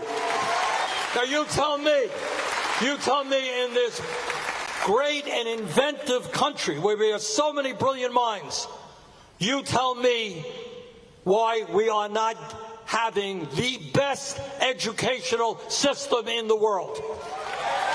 We used to be the best educated country on earth. That's no longer the case.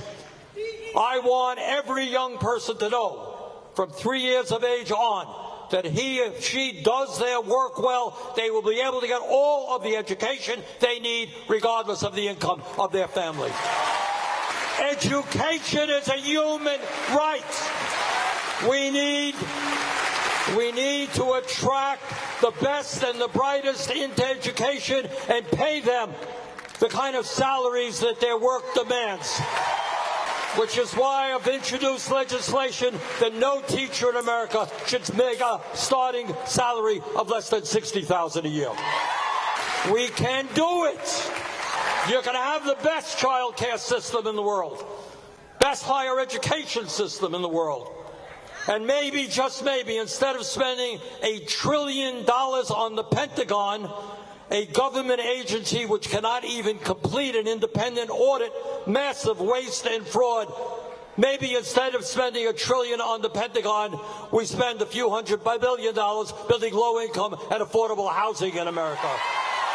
Maybe instead of giving tax breaks to the fossil fuel industry, we start investing in the cheapest form of new electricity, solar and wind, to create millions of jobs to save the planet.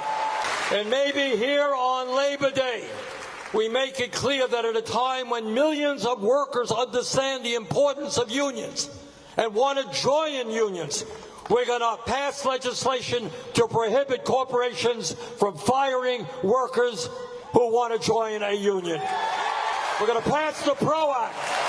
We're going to raise the minimum wage to a living wage, $17 an hour.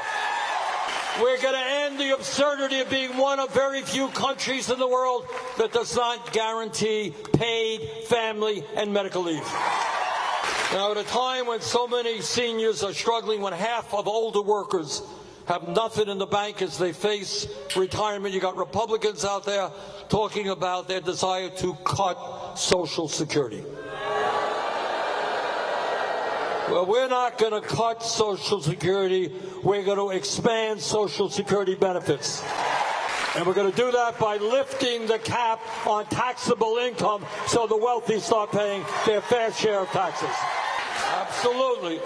Let me give you, very often I get criticized, like every day. And people say, oh, Bernie is a radical, he's out of the mainstream and all that stuff.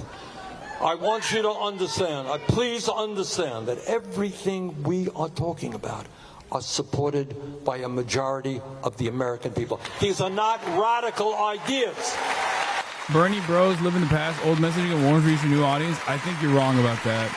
And the only reason why I say that is because, like, his fucking platform has grown tremendously, especially when he's basically seen as like a figurehead for a new way that the Democrats could actually fight back. It's evidenced by the crowd sizes that you can point to, even in this fighting the oligarchy tour thing that he's been doing. His crowds have grown larger and larger, and there are many people around him. There are many people in this crowd that are far more radical in a lot of positions than Bernie Sanders himself. It's the same thing that I said initially with the fighting the oligarchy tour as well. The saddest part about it is, of course, that, you know, the expectation is all on the expectation all lies in the hands of a, you know, 800-year-old man. Powerless. What they're saying is they have all the money, they have all of the power, you got nothing. And they can do anything they want, and you can't stop them. Well, I think we've got some news for them. Not only can we stop them, not only will we stop them, but for the future of this country and, in fact, the world, we must stop them.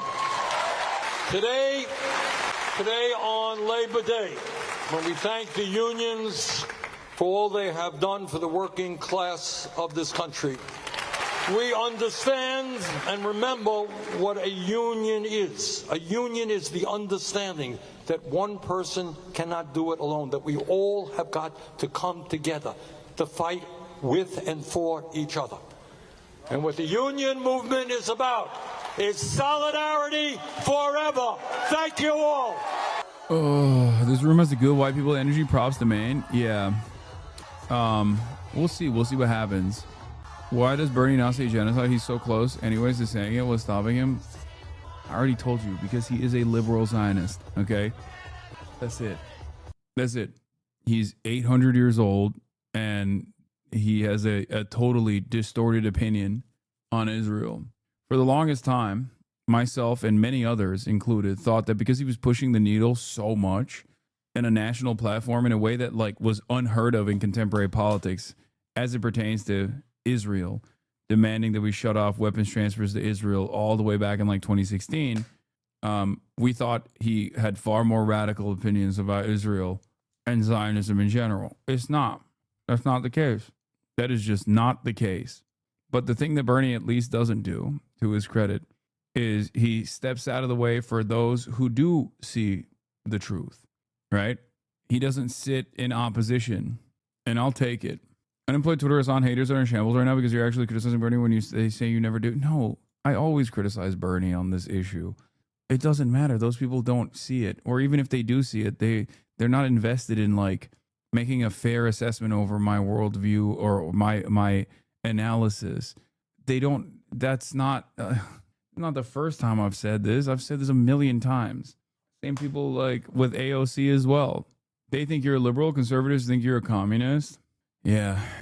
Brad Lander is a great example of this as well. It's critical to see the connection between moderate Herzog calling settlement great mission and Netanyahu calling Zionist fantasies a greater Israel and Israeli state that stretches from Iraq to Egypt. This historical and spiritual mission. Lebensraum is Israeli policy. Yeah, that's what's fucking going on. Oh, here. One note that I wanted to talk about actually is the notion that Kamala Harris would never do this. Like, people always bring this up whenever Trump says, you know, the same stupid Trump shit that he says all the time, right? Where they'll be like, well, Harris wouldn't ever do this. And it's like, she's not dead. She's alive. She could speak on these issues. You know, she has a voice.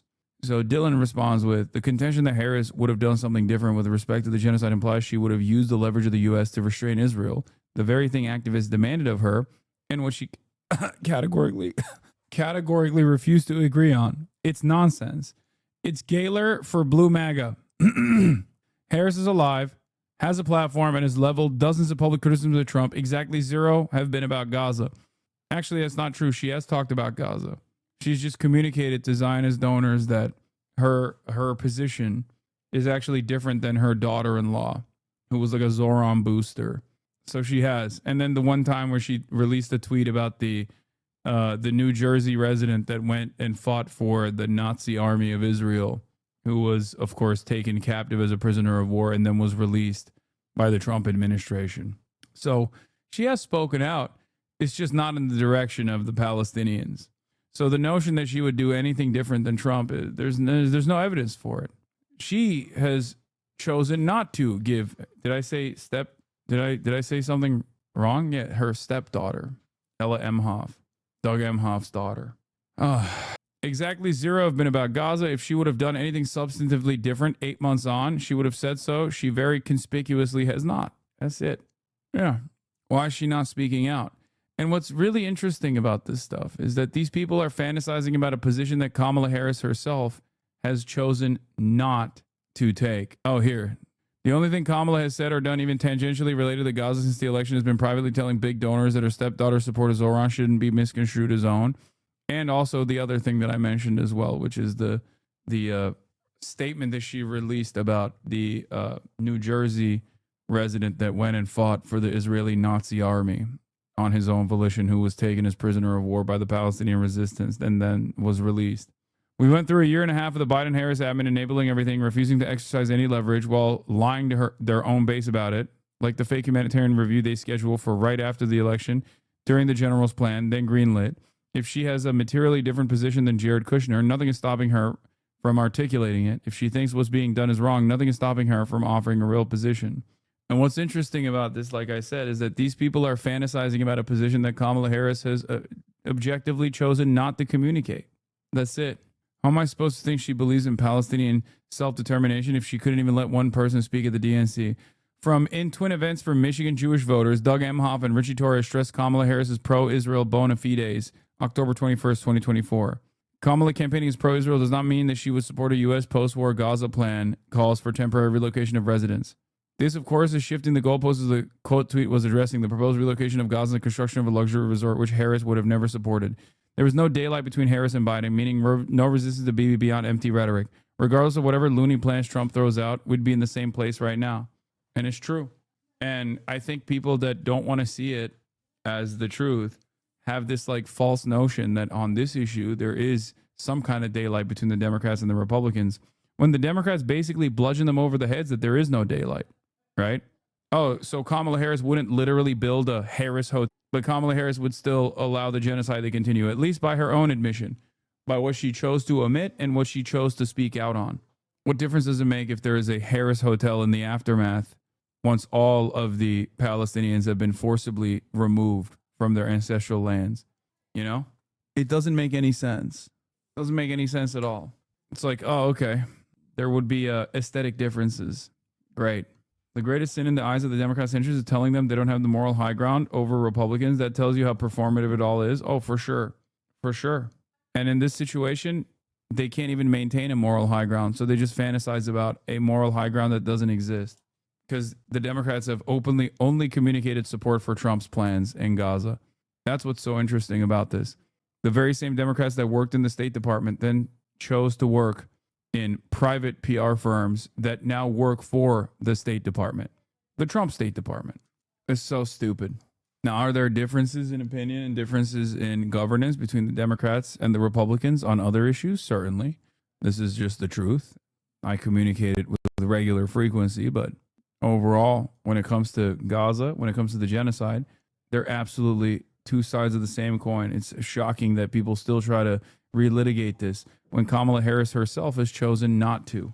She's actively avoided speaking out on this issue at all. Anyway, I've been traveling, so I'm a little tired. So I'm going to end it early today. No gaming tonight, but I have something cooking up for gaming in the future. I'm going to go spend some time with my family, and I'll be back tomorrow. Love you guys, and I'll see you tomorrow, okay?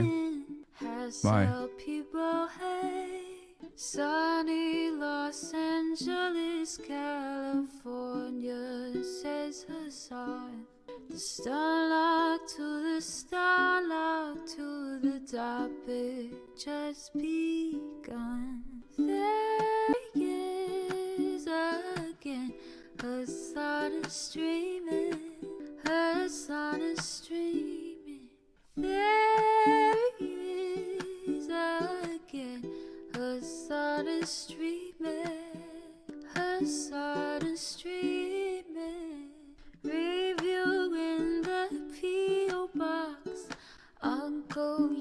neighbor's face. Sudden discord at your prop.